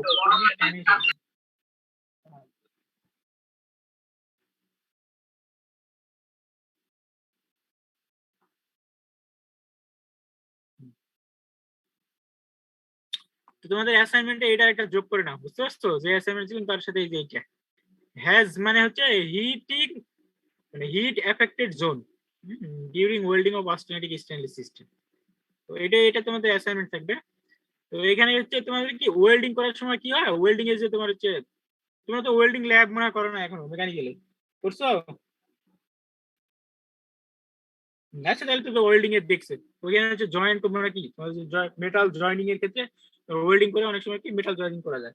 তো ওই জয়েনিং এর যে পোর্শন আছে সেই পোর্শনের চারপাশ দিয়ে একটা এক ধরনের যে কি খাবি দাবি মানে একটা যে রিজিয়ন তৈরি হাই টেম্পারেচার ওইটাকে বলা হয় হ্যাজ জোন মানে হিট এফেক্টেড জোন। এটা কালো একটা জোন তৈরি হয় না, মনে করো যে জয়েন্ট যে পোর্শন যে হয় দুটো মেটাল যদি জয়েন করি আমি একসাথে, তো জয়েনিং এর যে পোর্শন ওইখানে দেখবে কিছু পরিমাণ কালো আর কি খারখা কি বলে নন স্মুথ একটা সারফেস তৈরি হয়, ওইটাকে বলা হয় হ্যাজ জোন, বুঝতে পারছো? তো এই স্টিলটা যখন ওয়েল্ডিং করা হবে অস্টেনিটিক স্টিলে ওয়েল্ডিং করার সময় এই হ্যাজ জোনটা জেনারেট হয়, বুঝতে পারছো? তো এইখানে হচ্ছে কিছু একটা ইয়ে দেওয়া আছে যে কত টেম্পারেচারে দেখো এই পাশে দেখো মেল্টিং পয়েন্ট এগুলো দেওয়া আছে, দেখো মোটামুটি কি যখন এই স্টিল নিয়ে ওয়েল্ডিং করা হবে 700 থেকে 900 পর্যন্ত কোনো রিঅ্যাকশন হবে না, বাট 950 উপরে দেখো কি ক্রোমিয়াম কার্বাইডের একটা কি প্রিসিপিটেশন আছে, পিপিটি মানে হচ্ছে প্রিসিপিটেশন বোঝাতে। আর তার উপরে আছে যে 2250 ডিগ্রি মানে 950 থেকে 1450 এই অবস্থা। আর যদি 1450 এর উপরে যাওয়া দেখো কি ক্রোমিয়াম যে স্টিল ছিল সেটাতে ডিজলভ হবে সলিউশনের ভিতরে। আর সিবি মানে কি এই কম্পোজিশনটা কি একটু দেখে নিও তো, সিবি মানে আমি এখন বলতে পারছি না সিবি এটা আসলে কি। এটা একটা এলিমেন্ট, তো এই এলিমেন্টটা মনে করো এখানে হচ্ছে যে কার্বাইডের মধ্যে হচ্ছে প্রিসিপিটেট আকারে পড়বে। 2250 এর উপরে গেলে তখন হচ্ছে দুইটাই মানে ক্রোমিয়াম বা এই যে সিবি। এসবি মানে অ্যান্টিমনি, কিন্তু সিবি মানে কি আমি বুঝতেছি না। সিবি যেটা আছে মানে কার্বাইড যেটা আছে সেটা হচ্ছে এই সলিউশনের মধ্যে ডিজলভ করবে। আর এই যে হ্যাজ জোন যেটা তৈরি হচ্ছে এটা মনে করো আমার ইয়ের জন্য মানে ওয়েল্ডিং এর জন্য ওয়েল্ডিং করার পর এটা হচ্ছে আমার ক্ষতিকর মনে করো, হার্মফুল ইফেক্ট আছে। তো যাতে এটা কি হ্যাজ ফরমেশনটা কম হয় এই জন্য কি কার্বন কন্টেন্টটা কম রাখা যায়। আর এই যে মোর সিবি টাইটেনিয়াম এন্ড এনবি আছে যারা এগুলো হচ্ছে বেশি পরিমাণে ইউজ করা হয় যাতে এরা যে স্ট্রাকচার মধ্যে কার্বাইডটা তৈরি করতে পারে। যত বেশি মনে করো কার্বাইড তৈরি করবে হ্যাজ জোন আমার তত বেশি কম হবে। আর এরা যদি সলিউশনে বেশি যায় তো তোর সলিউশনে গেলে তো হ্যাজ জোনটা আমার হ্যাজ জোনের এরিয়াটা বাড়বে, যেটা কি স্টেজের জন্য বা আমার এই যে ওয়েল্ডিং ওই সময়টাতে যেটা হচ্ছে হার্মফুল। ঠিক আছে এইটা হচ্ছে তোমরা হচ্ছে অ্যাসাইনমেন্ট দিবা আমাকে, যে অ্যাসাইনমেন্ট দেওয়া ছিল তার সাথে এটা অ্যাড করে নাও তোমরা। The has zone formation during welding of austenitic gases. বোঝা গেল?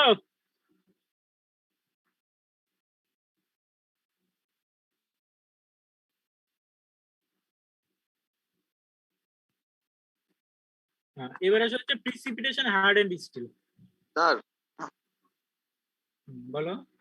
স্যার আমাদের অ্যাসাইনমেন্টটা আমরা স্যার জমা দিব কবে স্যার? তোমরা কি কয়েকদিন সময় চাইলে না, দাও জমা, শনিবার পর্যন্ত টাইম দিলাম, শনিবার পর্যন্ত দাও। শনিবার স্যার? হ্যাঁ শনিবার বা তার আগে দিতে পারলে তো আপনার সমস্যা নেই। এইবার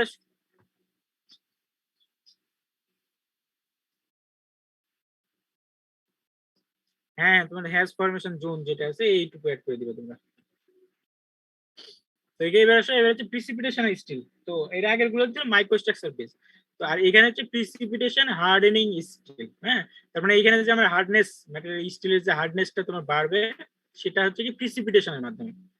বুঝছো? নাম থেকে এটা প্রিসিপিটেশন।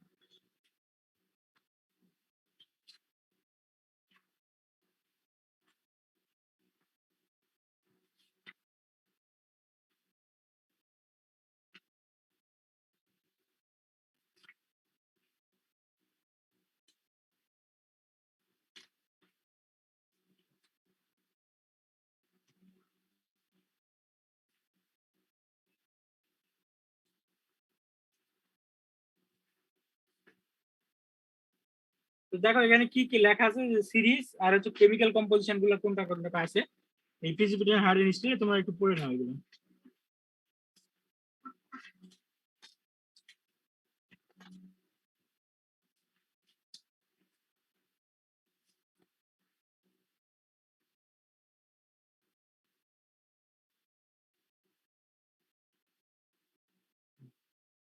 এর কিছু গ্রেডস আছে, দেখো এই গ্রেডস গুলো কোনটা কোনটা। প্রিসিপিটেশন কমন গ্রেড একটা হচ্ছে 17.4 পিএইচ। হ্যাঁ আরো আছে, তোর এটা হচ্ছে 74 একটা, তারপর একটা দেখো 17.7 পিএইচ। হ্যাঁ আর এটা হচ্ছে 15.5 পিএইচ। পিএইচ দিয়ে এই যে প্রিসিপিটেশন হার্ডেনিং এটা বোঝাচ্ছে। বুঝছো স্যার? এই প্রত্যেকটা এগুলো সিরিজের হচ্ছে তোমার এগুলো তো কম্পোজিশন থাকবে আলাদা করে।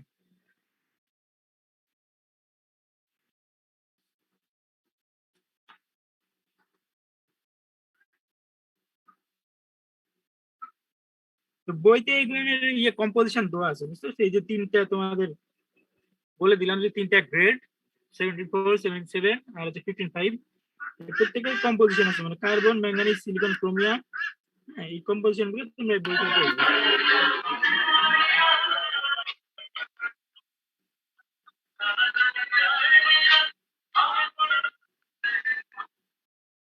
গান বাজাচ্ছে কি? তো গান বাজানোর চাইতে মনে করো, শোনো, যে গান বাজাতো তুমি গান গাওনি জিনিস আমরা বসে থেকে শুনি। হ্যাঁ এবার মোবাইল দিয়ে গান বাজানো, চাইলে তুমি নিজে গান গাও। স্টুপিড কোথাকার।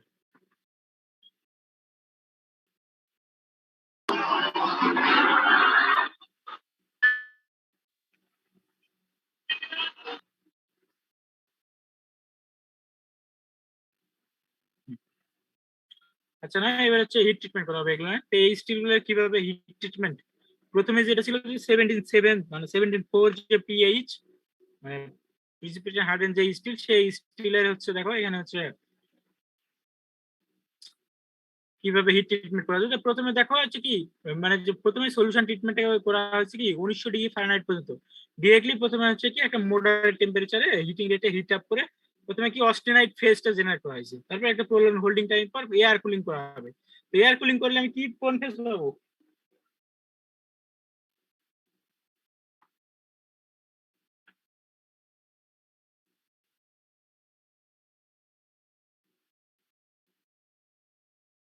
দেখো এখানে হচ্ছে কি প্রথমে যেটা বললাম যে প্রলং, মানে এখানে হিটিং করা হয়েছে 1900 ডিগ্রি, তারপরে এয়ার কুলিং করার পরে একটা পার্টিকুলার একটা সময় ধরে আবার হোল্ডিং করা হয়। তো এখান থেকে তার পরবর্তী এজিং করা হবে। এজিং এর টেম্পারেচারটা কত? 900 থেকে 1150 ডিগ্রি ফারেনহাইট। তো এই টেম্পারেচারের মধ্যে এজিং করা যায়। এজিং মানে কি বলতো? এজিং করলে কি হয়? হাইড্রোক্লোরিক অ্যাসিড দিয়ে স্যার, ওইটা কি এজিং কিনা একটু কনফিউশন। আরে না, এজিং মানে তাই না, এজিং মানে হচ্ছে হিট ট্রিটমেন্ট প্রসেস, বুঝতে পারছো? এজিংটা করা হয় তোমার হচ্ছে হার্ডনেসটা বৃদ্ধি করার জন্য ম্যাটেরিয়াল। তো এখানে এজিং করা হবে মানে যে হার্ডনেসটা তোমার মানে প্রিসিপিটেশনের মাধ্যমে, যে প্রিসিপিটেশন এখানে তো আসলে মেইনলি যে প্রিসিপিটেশন হবে এই স্টিল গুলো, তো প্রিসিপিটেশনের মাধ্যমে হার্ডনেস বাড়ানোর জন্য এজিংটা করা হয়। মানে এরকম আর কি। তারপরে তুমি একটা মনে করি নির্দিষ্ট একটা টাইম ধরে এজিং করা হয়, মানে হচ্ছে এখানে হচ্ছে 900 থেকে 1150 ডিগ্রিতে মনে করো 11 আওয়ার বা 12 আওয়ার রেখে দেওয়া হয়। তো এই সময় রেখে দিলে এই হচ্ছে যে স্টিল ছিল সেই স্টিলের হার্ডনেসটা আস্তে আস্তে বাড়তে থাকবে। তো তার পরবর্তীতে কুলিং করলে এখান থেকে আমরা হচ্ছে ফাইনালি মনে করো যে টেম্পার্ড মার্টেনসাইট যেটা পাওয়া যায়, এটার কথা আমি বলছি কতদিন।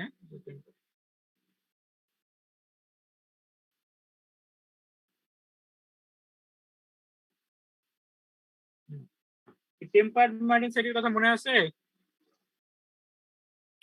যে টেম্পার্ড মার্টেনসাইট যেটা আছে সেটা হচ্ছে ম্যাট্রিক্স স্ট্রাকচারটা হবে হচ্ছে ফেরাইট ম্যাট্রিক্স। ফেরাইট ম্যাট্রিক্সের মধ্যে কার্বাইড পার্টিকেলস থাকবে, বুঝতে পারছো? এটা হবে টেম্পার্ড মার্টেনসাইট। নাহলে এর আগের স্লাইড গুলো মানে আগের দিনের ক্লাসটা লেকচার দেখলে বুঝতে পারবে। তো এবার দেখো আরেকটা স্টিলের, মোটামুটি এই যে দুই স্টিল দেওয়া আছে যেটা যে 77 পিএইচ আর যে 15 যেটা, এই দুইটা মলিবডের নাম, এটা যেটা বলছে এই দুইটার হচ্ছে হিট ট্রিটমেন্ট প্রসেসটা মোটামুটি একই রকম।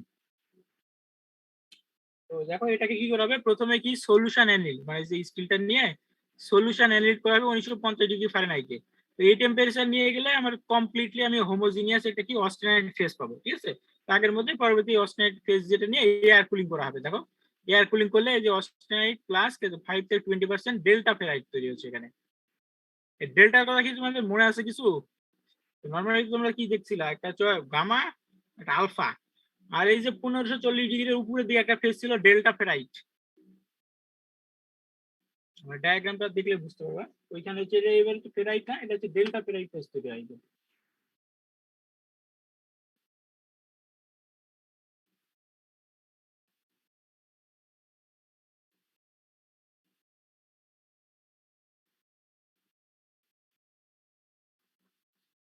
কি ব্যাপার, কথাবার্তা বলতেছো না কেন?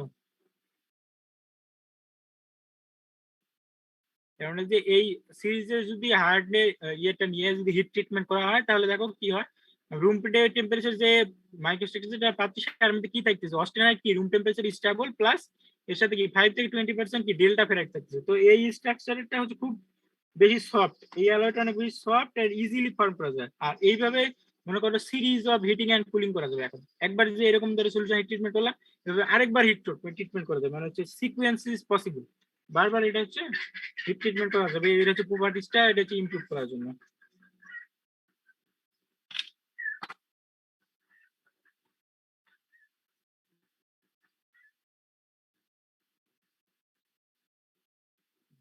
এবার দেখো TH টেম্পার্ড হার্ড সিকোয়েন্স।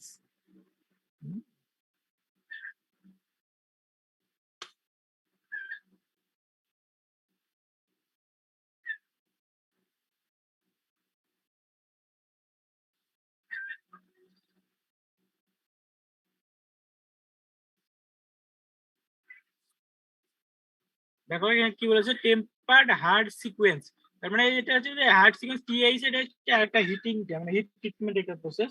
তো এই প্রসেসে দেখো এবার কি করা হচ্ছে, আমি যেটা এর আগে বললাম না যে সিকোয়েন্স মানে এটা হিটিং সিকোয়েন্সটা বাড়ানো যায়, মানে আগের যে স্টিলটা ছিল ওই স্টিলের লাস্টে আমি কি পাইছিলাম বলো তো, লাস্টে যে ফেজটা পাইলাম স্যার গামা আর ডেল্টা ফেজ হচ্ছে 5 ডেল্টা থেকে ফেজ, 20%। হ্যাঁ ওই ফেরাইট ওই ফেজটাকে নিয়ে এখন দেখো এটা কি করা হবে, তো হচ্ছে 1400 ডিগ্রি ফারেনহাইট পর্যন্ত কন্ডিশনাল হিটিং করা হবে, মানে রিহিটিং। হিটিং তো আগে হয়ে গেছে একবার, এখন এবার বলা হবে মনে করো এটাকে রিহিটিং। তো রিহিটিং করলে আমরা অস্টেনাইট মানে কন্ডিশনার বলা হয়েছে যে অস্টেনাইট পাওয়া যাবে এখান থেকে। পরবর্তী অস্টেনাইটকে আবার যদি কুলিং করা হয়, তো এই যে ডটের যে লাইন দেখতেছো, এই যে ডটের এই লাইনের একটা টেম্পারেচার আছে, যদি 60 ডিগ্রি ফারেনহাইট, তার মানে 60 ডিগ্রি ফারেনহাইট হচ্ছে এমএস। এটা এমএস মানে কি ছিল, মার্টেনসাইট স্টার্টিং লাইন। তো এখানে হচ্ছে মার্টেনসাইট ফর্ম হবে। আর যদি মনে করো এমএস 32 ডিগ্রি ফারেনহাইট মানে যদি আরো কমানো হয় তাহলে হচ্ছে মার্টেনসাইট ফর্মেশন কি কমপ্লিট হয়ে যাবে, বুঝতে পারছো? তো পরবর্তীতে এই কমপ্লিটলি মার্টেনসাইটকে নিয়ে আবার পরবর্তী টেম্পারিং করা হবে 10 থেকে 50 ডিগ্রি ফারেনহাইট। এটা এগুলো খুব সহজ একটা স্ট্রাকচার, যদি তোমরা বুঝতে পারো। সিকোয়েন্স ওয়ার্ডটা কি স্যার, আরেকবার একটু যদি বলতেন। সিকোয়েন্স ওয়ার্ডটা মনে করো কি, মনে করো একটা তুমি হিটিং করছো, ওই হিটিংটাকে মনে করো ফার্দার আরো মানে হচ্ছে কি আরেকবার হিটিং করতেছো, এরকম একটা সিরিজ অফ হিটিং মনে করো। স্যার 32 ডিগ্রি ফারেনহাইটে মার্টেনসাইট কমপ্লিট হওয়ার পর তারপরে কি হবে বললেন? এখন তোমার যদি মনে করো এটা এখন এইটার টেম্পারেচার উপর ডিপেন্ড করবে, তোমার হচ্ছে যদি 32 আসলে তো মানে ফুললি মার্টেনসাইট ফর্মেশন হয়ে গেছে। তো মার্টেনসাইট ফর্ম করলে তো জানো যে মার্টেনসাইটের মধ্যে কি থাকবে, স্ট্রেস। এক কথা তো অনেক দিন ধরে বলেছি, মার্টেনসাইটের মধ্যে স্ট্রেস অনেক বেশি থাকে, যার জন্য হার্ডনেস ব্রিটলনেস এটা অনেক বেশি। তো এই স্ট্রেসটা মানে থাকলে এটা কি তোমার হচ্ছে ক্র্যাকিংটা পরবর্তীতে ওটা নিয়ে হট ওয়ার্ক বা মেশিনে মানে কোল্ড ওয়ার্ক করতে গেলে কি হবে যে ক্র্যাক জেনারেট হবে ভিতরে। তো এই ক্র্যাকটা যাতে না অ্যাভয়েড করার জন্য বা স্ট্রেসটা রিমুভ করার জন্য টেম্পারিং করবে। এই যে 1050 ডিগ্রি ফারেনহাইট দেখতেছো না, এটা যে এই ধরো ফিনিশড মার্টেনসাইট নিয়ে টেম্পারিং করা হয়েছে। বোঝা গেল? জি স্যার। তো এখন দেখো এই যে টেম্পার্ড কন্ডিশনে কি কি হতে পারে, যদি এরকম যদি এইভাবে যদি ধরো টিএইচ সিকোয়েন্সে কি কি চেঞ্জ আসতে পারে। একটা হলো যে ক্রোমিয়াম কার্বাইড যেটা আছে সেটা প্রিসিপিটেশন হয়, যেহেতু এটা প্রিসিপিটেশন স্টিল, এই ক্রোমিয়াম কার্বাইডের প্রিসিপিটেশনের মাধ্যমে হার্ডনেস বৃদ্ধি পাবে। আর এর একটা ভুল হয়েছে এখানে, এটা হচ্ছে কার্বনিন অস্টেনাইট।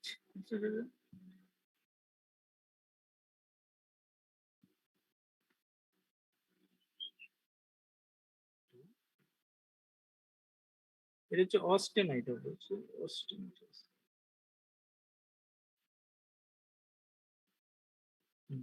মানে হচ্ছে এদের দুটার হচ্ছে কি অ্যামাউন্টটা কমে যাবে এবার। কি হচ্ছে কার্বন আর হচ্ছে কি ক্রোমিয়াম আর অস্টেনাইটের হচ্ছে অ্যামাউন্টটা ডিক্রিজ করতেছে, আর কি better ductility and lower strength এগুলো পাওয়া যাবে। আর আরেকটা হচ্ছে দেখলা আছে এই যে 32 থেকে যদি 60 ডিগ্রি ফারেনহাইটের মধ্যে যদি ফুল করা হয় তাহলে কি এগুলো ফুললি মার্টেনসাইট স্ট্রাকচার পাওয়া যাবে এখানে। আর যদি এই যে 1050 ডিগ্রি যেটা বললাম বা টেম্পারিং বা যেটাকে এজিং করা হয়, তো এজিং করলে এখান থেকে হচ্ছে কি ডাক্টিলিটি আর স্ট্রেংথ, বা টেম্পারিং বা এজিং দুটো যে কোনো একটা করলে তোমার কি টাফনেস বা ডাক্টিলিটি স্ট্রেংথ সব এখানে বৃদ্ধি পাবে। এটা এগুলো ছিল যে টিএইচ। এবার হচ্ছে নতুন ইয়া শেষ, বুঝতে পারছো? অ্যালয় স্টিল শেষ, এই চ্যাপ্টার শেষ। এবার আসে যে কাস্ট আয়রন পড়াবো।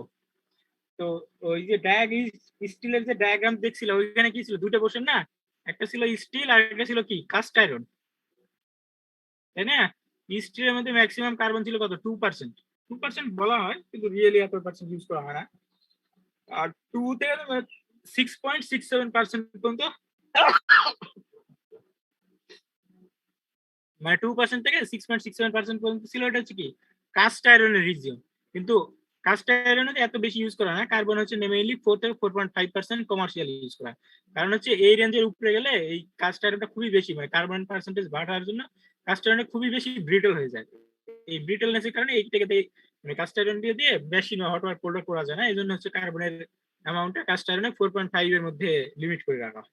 যদিও 6.67% পর্যন্ত দেওয়া যায়, বাট অত দূর পর্যন্ত যাওয়া হয় না, বুঝছো? এগুলো পড়ে নিবা এখান থেকে। তো এটা আরেকটা জিনিস আছে কি জানো, এটা হচ্ছে নাম কাস্ট আয়রন কেন? এই কাস্ট আয়রন নামের এটা কারণ হচ্ছে এটা যে কাস্টিং প্রসেসে ইজিলি ফর্ম করা যায়, মানে এই স্টিলটা মনে করে যে এটা এক ধরনের তো কাস্ট আয়রন বলেছে, এটা যে কাস্টিং একটা অনলি প্রসেস, যে প্রসেসের মাধ্যমে ইজিলি এইটা হচ্ছে তৈরি করা যায়, ফ্যাব্রিকেট করা যায়, এই জন্য এই অ্যালয়টাকে বলা হয় কাস্ট আয়রন। এগুলো কিন্তু পরীক্ষায় আসবে, কিন্তু শর্টকাট কোশ্চেন এগুলো। তোমাদের যদি পরীক্ষার কথা না বলি তখন তোমরা এগুলো তো আর কি গুরুত্ব দিতে চাও না। কি বোঝা গেল এর নাম কাস্ট আয়রন কেন? জি স্যার। এবার দেখো আছে কাস্ট আয়রনের টাইপস, 5-6টা টাইপস আছে এগুলো। তো এখানে আছে দেখো যে হোয়াইট কাস্ট আয়রন বলা হচ্ছে, হোয়াইট, গ্রে, ডাকটাইল বা নোডিউলার, ম্যালিয়েবল আছে অ্যালয় কাস্ট আয়রন, আর দিস ইজ কম্প্যাক্টেড। একটা জিনিস হচ্ছে কাস্টেবিলিটি যে কার্বন 2.4%, 2.4% বেশি করলে কাস্টেবিলিটি ভালো আসবে। তো প্রথমে আসে যেটা হচ্ছে হোয়াইট কাস্ট আয়রন। এই হোয়াইট কাস্ট আয়রনে কি হয়, কার্বনের পার্সেন্টেজটা অনেক বেশি থাকে, বুঝতে পারছো? তো কার্বন কন্টেন্ট এটা অনেক বেশি থাকার জন্য হচ্ছে এটা দেখতে মানে অ্যাপিয়ারেন্স, ক্রিস্টালের অ্যাপিয়ারেন্স মানে এই অ্যালয়টা দেখতে আসে যে হোয়াইট, তো এই জন্য এটাকে বলা হয় হোয়াইট কাস্ট আয়রন। আর এই হোয়াইট কাস্ট আয়রনের মধ্যে যে বললাম যে কার্বন যেটা থাকে, এই কার্বনটা থাকে হচ্ছে সিমেন্টাইট ফর্মে, বুঝতে পারছো? সিমেন্টাইট, কার্বাইড না, সিমেন্টাইট অবস্থায় থাকে। তো সিমেন্টাইট কে ছিল Fe3C, আয়রন কার্বাইড যেটা ছিল। এর বিস্তারিত এগুলো আছে, এগুলো পড়বে, এগুলো আমি বলতেছি না। বেঞ্জাল স্ট্রেন, কম্প্রেসিভ স্ট্রেন। এই যে দেখো হোয়াইট কাস্ট আয়রনে এটা একটা ইয়ে দেওয়া আছে স্ট্রাকচার, এই যে হোয়াইট, হ্যাঁ হোয়াইট সিমেন্টাইট নিতে, এই হোয়াইট কাস্ট আয়রনে যদি মাইক্রোস্ট্রাকচার দিয়ে এটা হচ্ছে এসিএম দিয়ে দেখা হয়, তাহলে দেখা যাবে এরকম, এর ভিতরে হোয়াইট রিজিয়ন বা হোয়াইট পোর্শনটা বেশি থাকে। এবার আসলে হচ্ছে কি grey cast iron.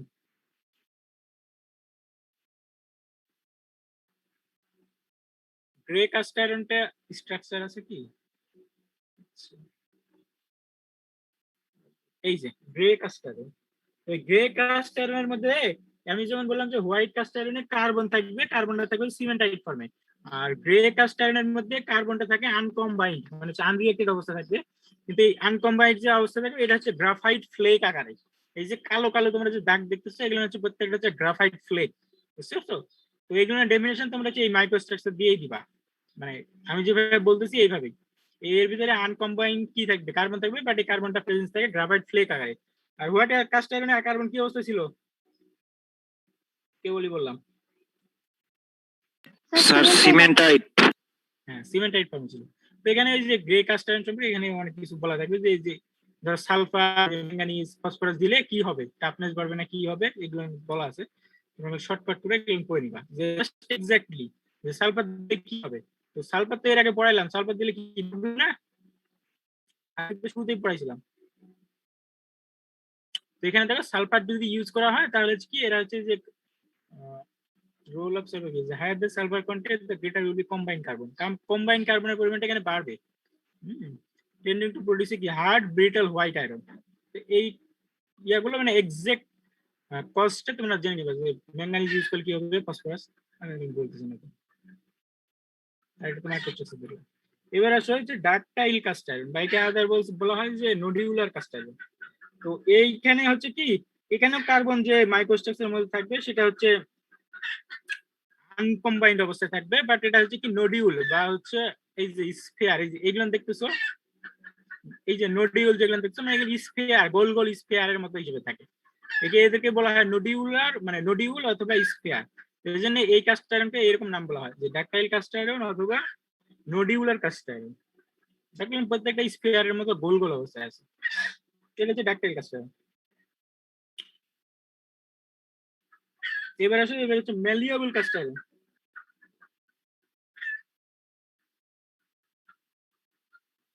ম্যালিয়েবল cast iron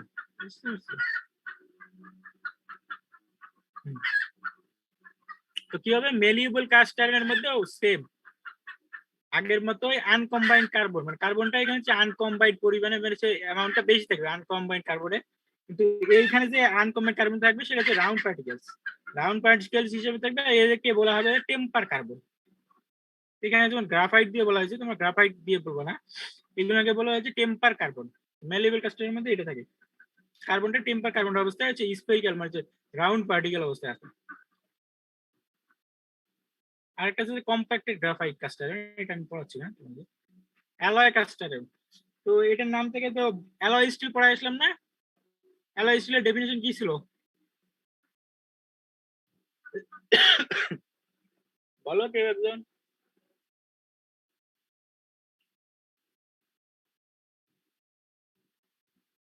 তার মানে কি অ্যালয় স্টিলে কি ছিল, মানে প্রপার্টিসটা ডিপেন্ড করবে অ্যালয়িং এলিমেন্টের উপর, মানে থার্ড যে এলিমেন্ট আয়রন কার্বনের সাথে থার্ড যে এলিমেন্ট ইউজ করা সেই এলিমেন্টটাই ডিটারমাইন করতেছিল যে প্রপার্টিসটা কেমন হবে। তো অ্যালয় কাস্টার তাই এখানে তোমার আয়রন কার্বন বাদ দিয়ে যে ক্রোমিয়াম, ম্যাঙ্গানিজ, সিলিকন, নিকেল যেগুলো আছে আদার্স অ্যালয়িং এলিমেন্ট, এইগুলো হচ্ছে ডিটারমাইন করবে, মানে এদের উপরে ডিটারমাইন করবে প্রপার্টিসটা কেমন আসবে। তো অ্যালয় কাস্টার দুই ভাবে দেওয়া আছে, একটা হচ্ছে গ্রাফাইট ফ্রি, একটা হচ্ছে গ্রাফাইট বেয়ারিং। তার মানে হচ্ছে একটাতে কার্বনটা হচ্ছে গ্রাফাইট ফর্মে থাকবে না, মানে গ্রাফাইট ফ্লেক হিসেবে একটা থাকবে, আর একটা কার্বনটা হচ্ছে অন্য ফর্মে থাকবে, যেমন ধরো টেম্পার কার্বন বা নোডিউলার কার্বন, আনকম্বাইন্ড কার্বন যেখানে দেখালাম সেই ফর্মে থাকবে, সিমেন্টাইট ফর্মে এরকম। আর আদার্স কিছু কাস্ট আয়রন আছে, যে চিল কাস্ট আয়রন, মটোল্ড, আর হচ্ছে হাই অ্যালয় গ্রাফাইট আয়রন, এগুলো ডেফিনিশন পড়ে নিই, এত পড়ে নিই। কাস্ট আয়রনের এটা শেষ, টাইপস গুলো পড়ানো শেষ। এবার আমি পড়াবো নতুন চ্যাপ্টার, এটা টুল স্টিল। স্টেইনলেস স্টিল পড়ালাম না ওইরকম, এটা এবার পড়াবো হচ্ছে তোমাদেরকে টুল স্টিল। তো টুল স্টিল নামটা হচ্ছে এরকম যে ধরো যে স্টিল যেটা মনে করো তিনটা পারপাসে ইউজ করা যায়, কাটিং, ফর্মিং আর মানে টুলিং পারপাসে, কাটিং, ফর্মিং আর হচ্ছে শেপিং, এই পারপাসে যে স্টিল গুলো ইউজ করা হবে সেটাকে টুল স্টিল, বা আদার সিম্পলি বলা যায় যে স্টিলগুলো যে টুল হিসেবে ইউজ করা হবে সেগুলো হচ্ছে টুল স্টিল। তো টুল স্টিল এখন ভাগ করলে 3 ভাগে আসে, একটা হচ্ছে কাটিং, ফর্মিং আর শেপিং, এই 3টা প্রসেসে ভাগ করা যায়। তো কাটিং টুল মানে তো বুঝতেছো, এগুলো পড়াবো আবার যদিও। তো কাটিং টুল মানে কি, এটা হচ্ছে কাটিং পারপাস ইউজ করা হবে। যেমন বলতো গ্লাস কাটতে কোন ম্যাটেরিয়াল ইউজ করা হয়? Sir diamond sir. হ্যাঁ, ডায়মন্ড। তো ডায়মন্ড হলো একটা কাটিং টুল, ঠিক আছে, এরকম আর কি। আর আছে যে ফর্মিং পারপাসে মানে শেপিং দিতে মানে ম্যাটেরিয়ালকে। আর একটা যে শিয়ারিং, মানে শিয়ারিং মানে লাইক এই যে পাঁচ মেশিনের মতো, পাঁচ মেশিনটা যে শিয়ারিং টুল হিসেবে। তো এখানে হচ্ছে তোমার যে টুল স্টিলতে এইভাবে ভাগ করা যায়, বা এখন মানে এটা হচ্ছে ক্লাসিফিকেশনের দুই তিনটা উপায় আছে। একটা অ্যাপ্লিকেশন যদি ভাগ করি তাহলে হচ্ছে এইভাবে কাটিং, ফর্মিং আর শেপিং। আর আদার্স কিছু ফরমেশন আছে, এটা হচ্ছে কুয়েঞ্চিং এর উপর বেস করে। যদি ওয়াটার যদি ইউজ করা হয়,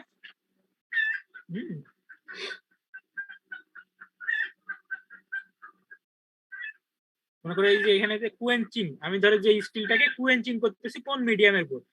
কুয়েঞ্চিং করার জন্য তো আমার অনেকগুলো উপায় আছে, অয়েল দিয়ে করা যায়, হ্যাঁ, আবার কি ওয়াটার দিয়ে, সল্ট বাতে বা ট্যাপ ওয়াটার, হ্যাঁ, এইগুলো দিয়ে করা যায়। এখন ধরো এই যে স্টিলটাকে কোন প্রসেসে কুয়েঞ্চিং করা হবে সেটার উপর বেস করে ভাগ করা যায় আবার কয়েকভাবে। যেমন ধরো এখানে দেখো এই যে ওয়াটার হার্ডেনিং, মানে এটা হচ্ছে ওয়াটার কুয়েঞ্চিং করেছে। এই যে cold working, shock resisting, high speed hot working, এরকম কতগুলো ভাগ আছে।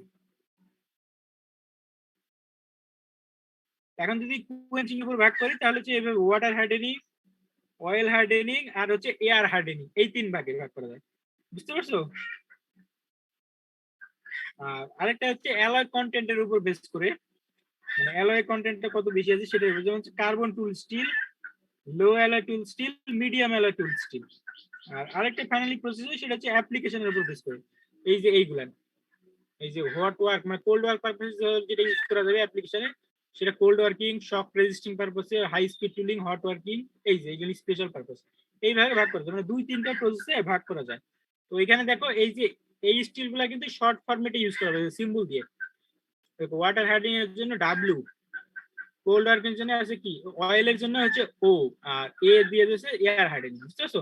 এখন তোমরা যদি কোথাও দেখো ডাব্লিউ স্টিল, তাহলে ওটা কি ধরে নিবা বলো?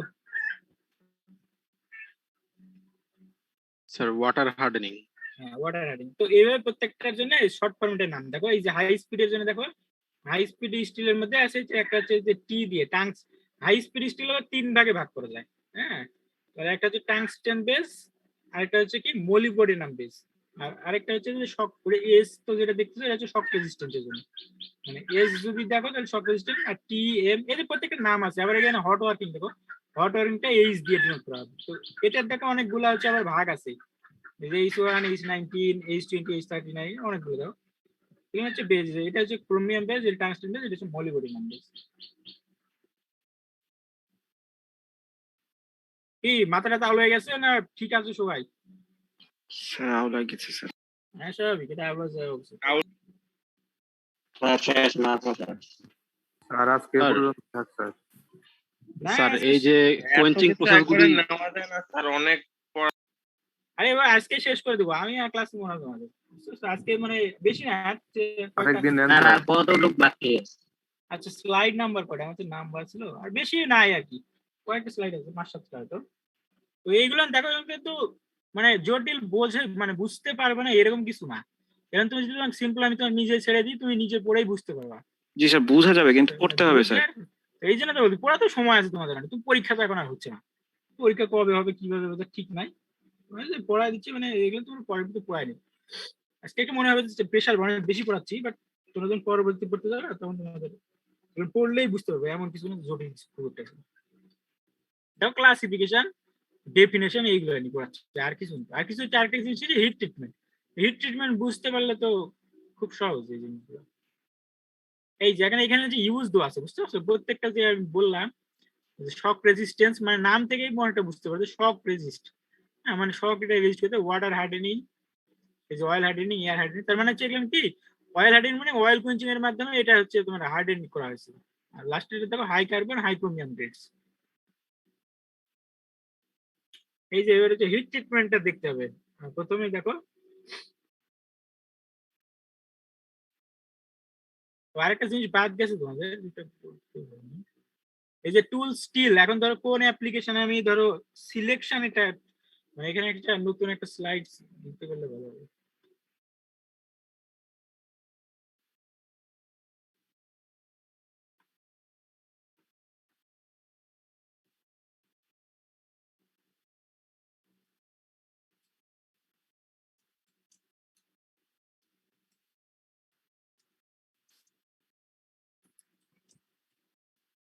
বুঝতে পারছো, ওই যে সিলেকশন ক্রাইটেরিয়া এরকম হয়ে গেল।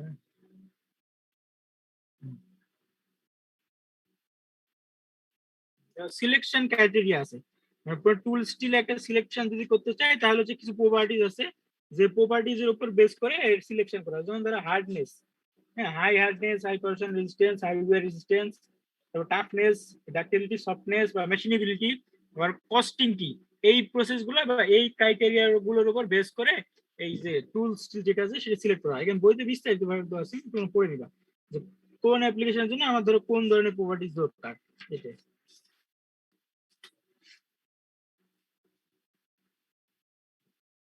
তো এইবার আমরা দেখবো আসলে হিট ট্রিটমেন্ট দেখবো। এই যে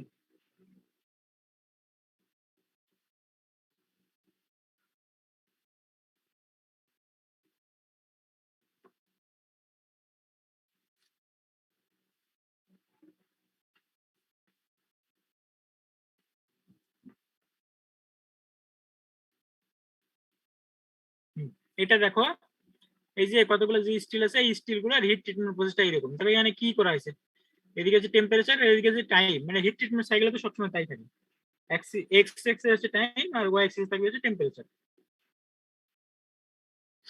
তো টেম্পারেচার গুলো এখানে যে টুল স্টিল বড় করে দিয়ে দেখো কোন স্টেজে কিভাবে হিটিং করলে ধরো কোন ধরনের কি, দেখো এখানে ফোর্সিং করা হয়েছে এটাকে।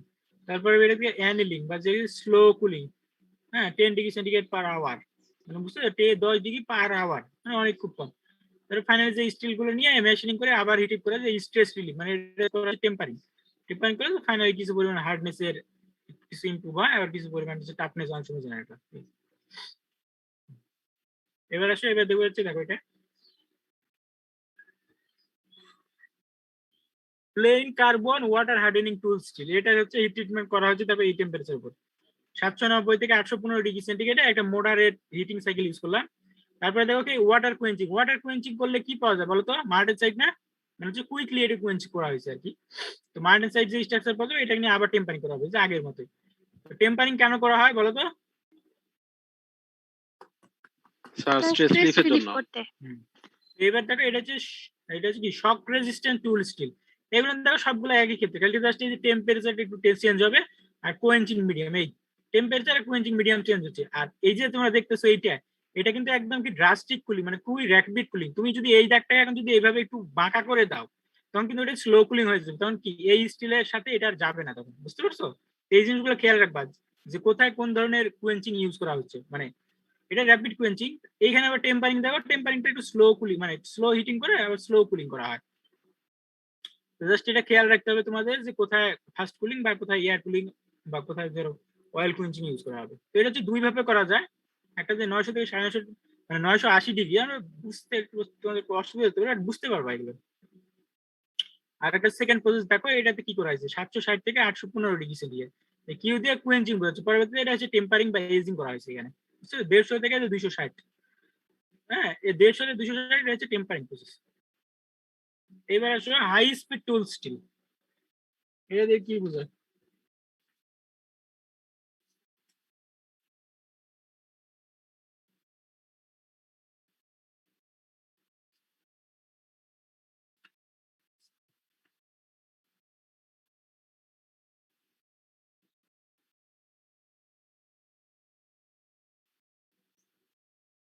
এখানে দেখো দুইটা জিনিস ছিল, একটা হচ্ছে কি কোল্ড ওয়ার টুল স্টিল, মানে কোল্ড ওয়ার্কিং যেটা বলা হচ্ছে কোল্ড ওয়ার টুল স্টিল। তো এটা দুই মানে এয়ার আর আরেকটা ছিল কি হট ওয়ার্কিং টুল স্টিল, বুঝতে পারছো? তো এই কোল্ড ওয়ার তোমরা তো অনেক সময় বলতেছি বারবার যে কোল্ড ওয়ার কি আর হট ওয়ার কি, তোমরা কি এটা বলতে পারবা কি যে কোল্ড ওয়ার কি আর হট ওয়ার কি?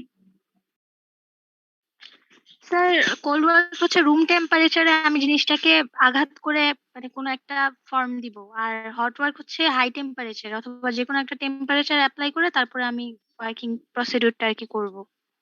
হ্যাঁ, অনেকটা হয়েছে। তো হট ওয়ার্ক যেটা সেটা হচ্ছে হট ওয়ার্কের সময় প্লাস্টিক ডিফরমেশন শুরু হবে। যে টেম্পারেচারে একটা ম্যাটেরিয়াল প্লাস্টিক ডিফরমেশন হবে তার উপরে মানে তার উপরে টেম্পারেচার যদি ওটা নিয়ে আমি যদি ওয়ার্ক করি, হ্যাঁ, বা মেশিন সামথিং কোনো ফোর্জিং বা রোলিং করা হয়, তো সেটাকে বলা হবে হট ওয়ার্কিং। আর কোল্ড ওয়ার্কিং যেটা আছে, কোল্ড ওয়ার্কটা হচ্ছে কি রিক্রিস্টালাইজেশন যে টেম্পারেচার আছে, নর্মাল টেম্পারেচার রুম টেম্পারেচার বলতে পারো, এই টেম্পারেচার দিয়ে নিয়ে যদি এটা নিয়ে ধরো কাজ করা হয়, তো সেটাকে বলা হবে কোল্ড ওয়ার্ক। আশা করি বুঝতে পারছো তোমরা। তো এখন ধরো এই যে প্রত্যেকটা এই যে এগুলো দেখতেছো, দেখো হট ওয়ার্কের টাইপ আছে, যে ক্রোমিয়াম বেস, টাংস্টেন বেস, তারপর যে মোলিবডেনাম বেস। এই প্রত্যেকটার জন্য এদের হচ্ছে প্রত্যেকটার একটা কম্পোজিশন আছে, বুঝতে পারছো? কম্পোজিশনের সাথে এদের হচ্ছে একটা প্রপার্টিজ আছে। এই প্রপার্টিজ গুলো তোমরা পড়ে নিবা, বইতে পাবা। এটা আর্টিকেল হচ্ছে 10-15, এখান থেকে তোমরা এটা পড়ে নিবা যে hot work and tool steel এর টাইপস এন্ড এদের প্রপার্টিজ আর কম্পোজিশন। আমি এখানে দেই নাই যদিও, তোমরা এটা পড়ে নিবা। এবার দেখো, এবার যেটা পড়াবো হাই স্পিড টুল স্টিল। দেখো কিন্তু নাম থেকে কি বোঝায়, এইচএসএস, হাই স্পিড টুল স্টিল বা স্টিল যেটা বলছে, নাম দিয়ে কি বোঝাচ্ছে?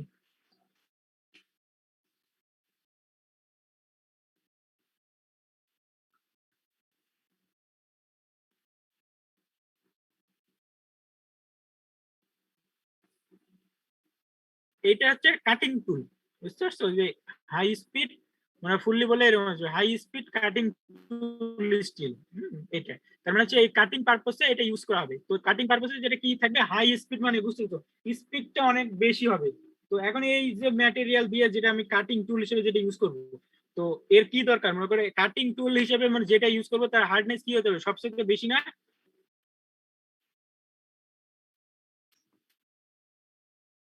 বলো কেউ একজন।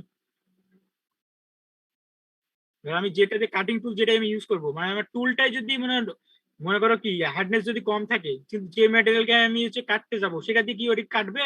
বরং তো আমি যেটাতে কাটতে গেছি এ তো ভেঙে যাবে আগে, যদি এর হার্ডনেস সবথেকে বেশি না হয়। বুঝতেছো না? বুঝছি স্যার। জি স্যার। আর এই স্টিলটা হচ্ছে সবচেয়ে অ্যালয়িং এলিমেন্ট অনেক বেশি থাকে। এতে হচ্ছে অ্যালয়িং এলিমেন্টের হাই পার্সেন্টেজ থাকবে। নরমালি হচ্ছে যে থাকে হচ্ছে তোমার হচ্ছে ভ্যানাডিয়াম, মানে ক্রোমিয়াম, ভ্যানাডিয়াম আর কোবাল্ট। তো এর কোবাল্ট কার্বন যেটা কন্টেন্ট আছে সেটা হচ্ছে 1% ভিতরে রাখা হয়। আবার অনেক সময় হচ্ছে এটা হার্ডনেস বেশি করার জন্য 1% বেশি, আপ টু যে বলা হয়েছে দেখো যে 1.5, এই যে 1.5 পর্যন্ত রাখা, যে কারণ হচ্ছে কি এখানে আমার হার্ডনেস বেশি দরকার, যে টুল স্টিল হিসেবে ইউজ করতে গেলে হার্ডনেস মানে কাটিং টুল হিসেবে হার্ডনেস লাগে বেশি হবে। এখন আমরা দেখতে পাই এটা হচ্ছে হিট ট্রিটমেন্ট। যে এখানে কয়েকটা গ্রেড তো আছে, দেখো যে T1, M1, M2 প্রত্যেকটার জন্য যে কার্বনের পার্সেন্টেজ আর টাংস্টেন এলিমেন্ট পার্সেন্টেজ আলাদা আছে। কারণ যে টাংস্টেন কার্বাইড, মোলিবডেনাম কার্বাইড এগুলো হচ্ছে সবচেয়ে হার্ডেস্ট ম্যাটেরিয়াল, বুঝতে পারছো? এটা যদি কার্বাইড ফর্ম করে তাহলে যে টুল যেটা হবে, কাটিং টুল আমি যেটা পাবো সেটা হচ্ছে হার্ডনেস অনেক বেশি।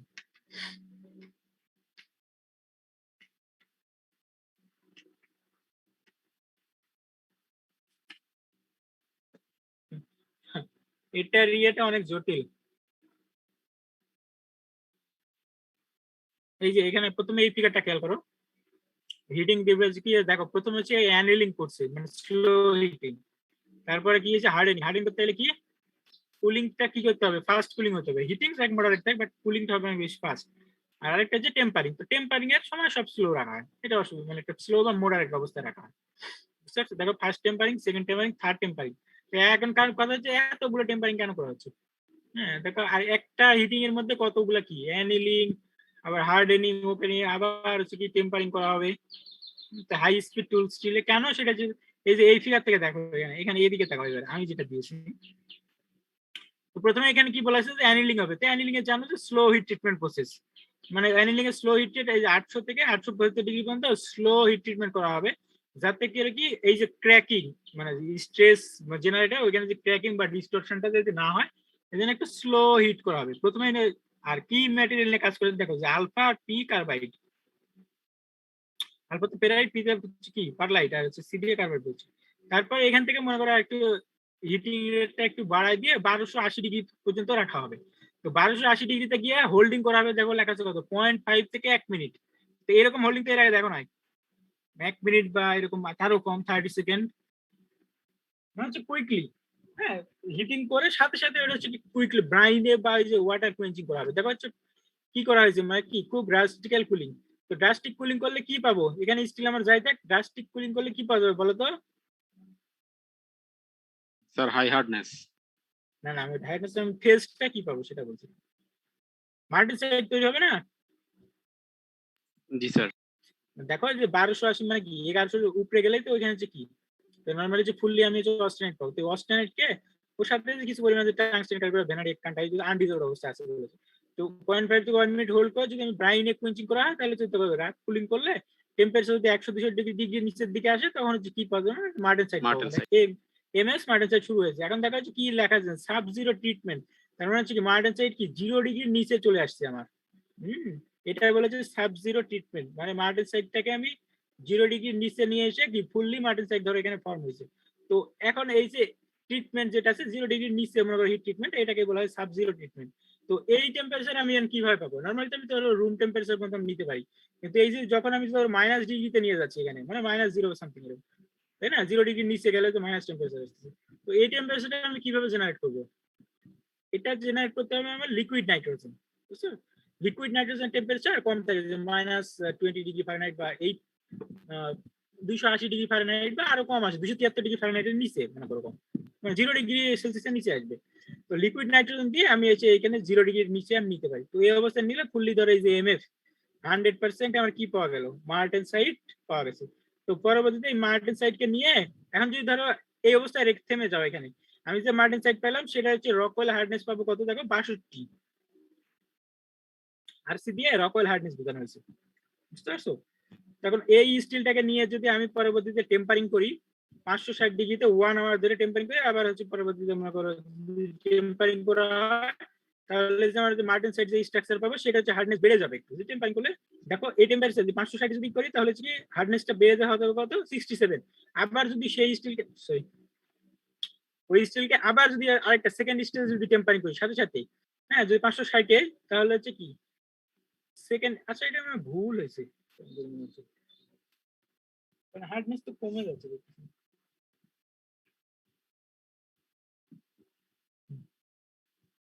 দেখো ফার্স্ট স্টেজে টেম্পারিং করলে আমি যে হার্ডনেস পাবো সেটা হচ্ছে 67, বাট তারপর যদি কিছু সময় রেখে দিই তাহলে হচ্ছে কি হার্ডনেস আমার কমে যাচ্ছে, আরসি পাওয়া 64, আর এখানে হচ্ছে কি আবার যদি মনে করো থার্ড স্টেজে রাখা হয় সেমি ওয়েতে তাহলে এটা পাওয়া যাবে 65। তো এখানে হচ্ছে হার্ডনেস কমে যাওয়ার কারণ কি জানো, যে টাফনেস এখানে হচ্ছে কি টেম্পারিং এর ফলে টেম্পারিং এর মেইন পারপাস থাকে হচ্ছে টাফনেস বাড়ানো, বুঝতে পারছো?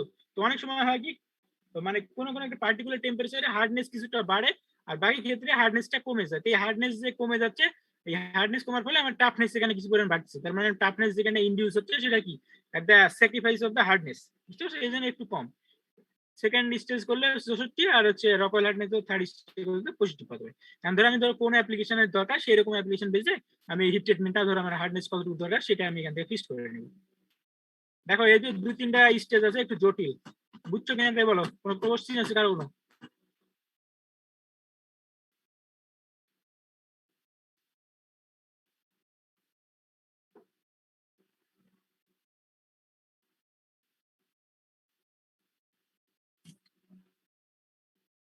কারো কোনো কোশ্চেন নাই?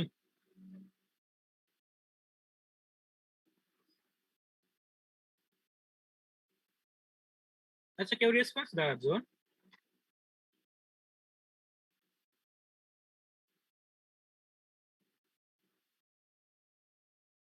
মানে আমি বলতে যে টেম্পারিং এ দেখো এখানে তো জাস্ট এই জিনিসটাই যে সাবজেক্ট ট্রিটমেন্টের পর টেম্পারিং করা হচ্ছে 3 স্টেজ, এই আর কিছু না। তো টেম্পারিং গুলো করা হচ্ছে তোমার হচ্ছে কি হার্ডনেসটা একটু কমায় মানে টাফনেসটা একটু ইনডিউস করে দেবে, কারণ তোমরা জানো তো হার্ড এন্ড টাফনেস মানে ব্রিটল না দুটো একসাথে থাকে। স্যার বলো। সাব জিরো ট্রিটমেন্টের পর যখন রকওয়েল হার্ডনেসটা স্যার 62 আসলো, তো ফার্স্ট টেম্পারিং এর পর স্যার এই হার্ডনেসটা বেড়ে গেল কেন স্যার? এই টেম্পারিং এর ইয়া হিসেবে তো স্যার স্ট্রেসটা রিলিফ হচ্ছে, যেটা পরবর্তীতে আমরা দেখতেছি রকওয়েল হার্ডনেসটা কমে আসতেছে স্যার। তো টেম্পারিং এর আগের একটা চার্ট পড়াইছি, তো ওটা যদি তুমি পড়তা মানে টেম্পারিং এর উপর বুঝতে যে টেম্পারিং এর সাথে হার্ডনেস আর টাফনেস এর একটা রিলেশন আছে। হ্যাঁ মনে করো 400 থেকে 800 এই যে এর মধ্যে যদি আমি মনে করো যদি টেম্পারিং করা হয় তাহলে মডারেট হার্ডনেস থাকে আর মডারেট টাফনেস থাকে, বাট এর একটু বাইরে কম বেশি এদিকে গেলে আচ্ছা তোমাকে এটা দেখাই, বললে বুঝবে না।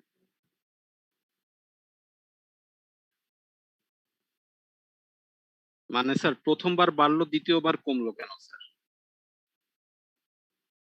কিন্তু একই একটা সেম একটা স্টিলকে বারবার করলে তোমার হচ্ছে টাফনেসটা বাড়ছে আর কমছে, যেটা হচ্ছে টেম্পারিং এর টেম্পারেচারের উপর বেস করে। কারণ ধরো একবার ধরো একটা ম্যাটেরিয়ালকে 560 হিট আপ করা হয়েছে, তো পরবর্তীতে ওই সেম টেম্পারেচারে যদি আবার যদি হিট আপ করা হয় তাহলে কি হবে এক্ষেত্রে বলতো? ওই সেম টেম্পারেচারে ওর হিটটা ভিতরের মধ্যে মানে হিট জেনারেশনটা একটু বেশি হবে। তো হিট এখানে যদি টেম্পারিং একটু বাড়তেছে 560 দিকে যায়। আচ্ছা চার্ট তোমার কাছে বই আছে? বই থাকলে একটা পেজ বানাবো বলতেছি।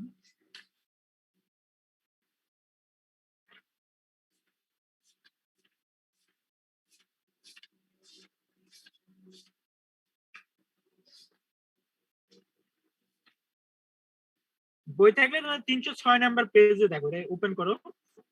হ্যাঁ, এখানে দেখা হচ্ছে হার্ডনেস আর টাফনেস এর একটা যে টেম্পারেচারের উপর বেস করে হার্ডনেস বাড়বে না কমবে একটা চার্ট দেওয়া আছে, মানে একটা টেবিল সরি ডায়াগ্রাম আছে, ফিগার 8.54।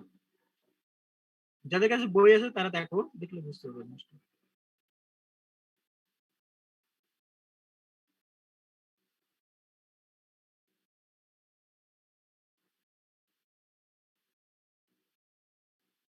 এখানে হচ্ছে একটা জিনিস বলছে যে 400 ডিগ্রি যদি ধরো কম রাখা হয়,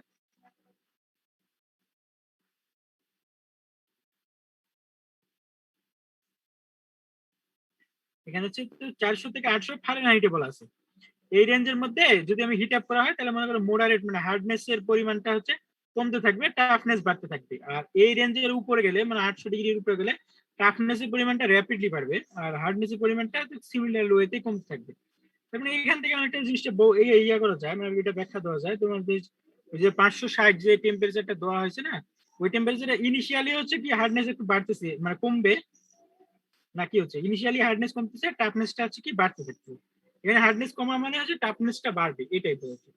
স্যার চার্টে তো দেখাচ্ছে যে 400 পর্যন্ত বাড়ছে না এটা তোমার ফারেনহাইট, 400 থেকে 600 তে কমছে স্যার। না তোমার যেটা দেখছো এটা হচ্ছে ফারেনহাইট, তুমি হচ্ছে ডিগ্রিতে নাও, দেখো হচ্ছে টাফনেস বাড়বে। তোমার ওখানে যেটা দেখাচ্ছি ওটা হচ্ছে ডিগ্রি সেলসিয়াস, আর চার্টে দেওয়া আছে এটা হচ্ছে ফারেনহাইট। বুঝো নাই? জি স্যার। আচ্ছা আচ্ছা আমি এটা ওপেন করতে চাই।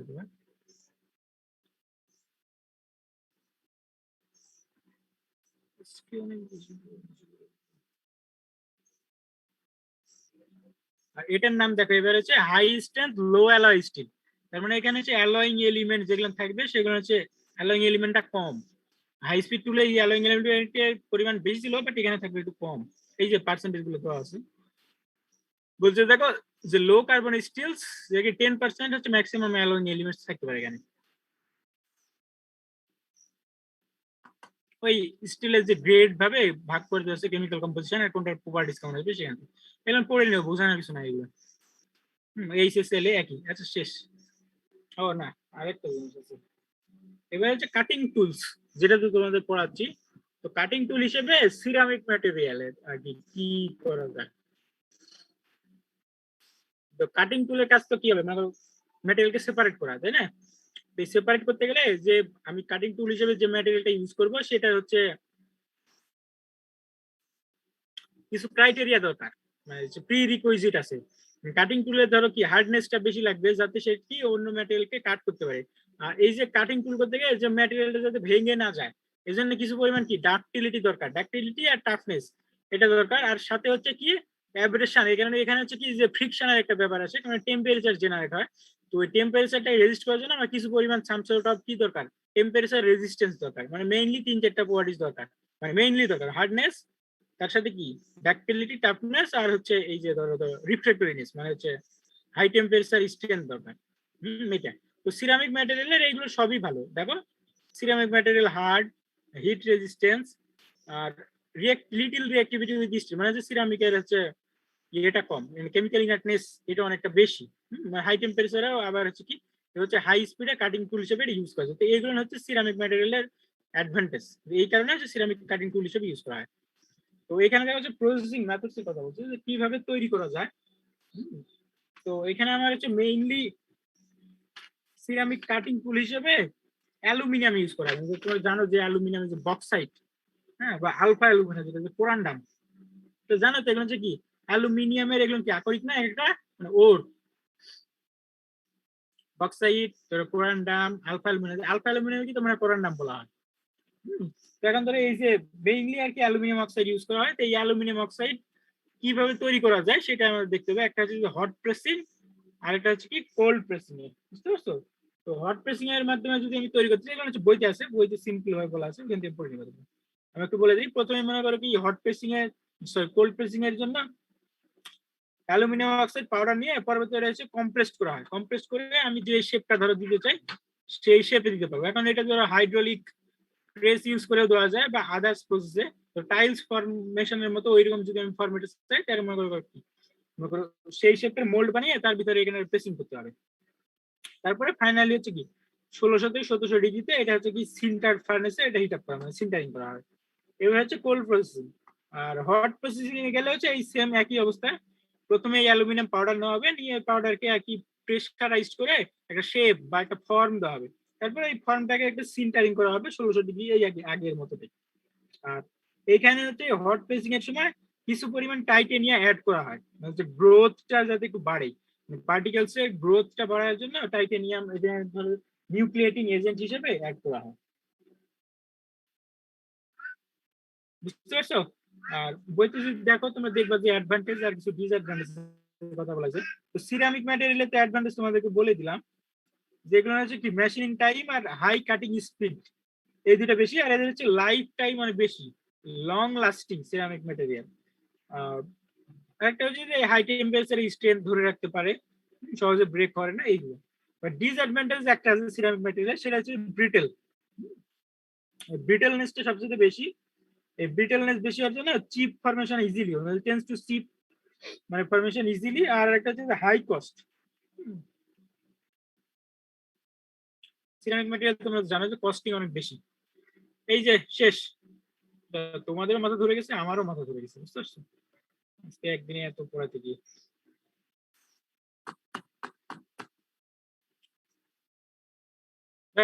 সিলেবাস শেষ, এই জন্য তো এত পাড়াপাড়ি করতেছি, বুঝতে পারো না? তোমার ধরে আছে তো ক্লাস মানে এদিকে শেষও হয়ে যাচ্ছে সব। 18 তারিখ 18 তারিখের মধ্যে শেষ করতে হবে এরকম একটা ইয়ে ছিল আর কি। তোমাদের ক্লাস শেষ, বুঝতে পারছো? এখন সিটির কথা বলি। 4টে চ্যাপ্টার ছিল মেইনলি। তোমাদের প্রথম হচ্ছে আয়রন কার্বন ডায়াগ্রাম, ওটা হচ্ছে এক চ্যাপ্টার। হিট ট্রিটমেন্ট, হ্যাঁ, দ্বিতীয় চ্যাপ্টার। তারপর ছিল অ্যালয় স্টিল আর টুল স্টিল, বুঝতে পারছো? এই 4 চ্যাপ্টার। তো তোমাদের সিটি নেওয়া হচ্ছে প্রথম 2 চ্যাপ্টারের উপর, হিট ট্রিটমেন্ট আর হচ্ছে আয়রন কার্বন যে ডায়াগ্রামটা ছিল বই থেকে সবগুলো টপিকগুলো পড়ে নেবা। কারণ সিটি কবে দিবা তোমাদের সিআর দেখে তোমাদেরকে আমি ফ্লেক্সিবিলিটি দিলাম যে ডেট কবে জানাবে, মানে তোমরা একটা ডেট ঠিক করে আমাকে জানাই দেবে। আর যদি কেউ কোনো কথা মানে বুঝতে যদি না পারে তাহলে যে একটা হয়তো স্যার এটা কি আমাদের একটা সিটি সিলেবাস না স্যার দুইটা সিটি? না, যে চ্যাপ্টার 1 আর 2 শোনো সিলেবাস বের করে দেখবা। সিলেবাসের চ্যাপ্টার 1 আর 2 এর উপর তোমাদের পড়তে হিট ট্রিটমেন্ট আর আয়রন কার্বন ইকুইলিব্রিয়াম ডায়াগ্রাম যেটা সেটা, বুঝতে পারছো? আর আজকে তোমাদের পড়লাম 2 চ্যাপ্টার, মোটামুটি 1.5 চ্যাপ্টার পড়লাম হলো টুল স্টিল আর এই যে অ্যালয় স্টিল। আর সাথে কাস্ট আয়রন ছিল, কাস্ট আয়রন পড়ে নিবা তোমরা, তোমরা হচ্ছে পরীক্ষার জন্য পড়ো। সিটিতে দিলাম না এগুলো।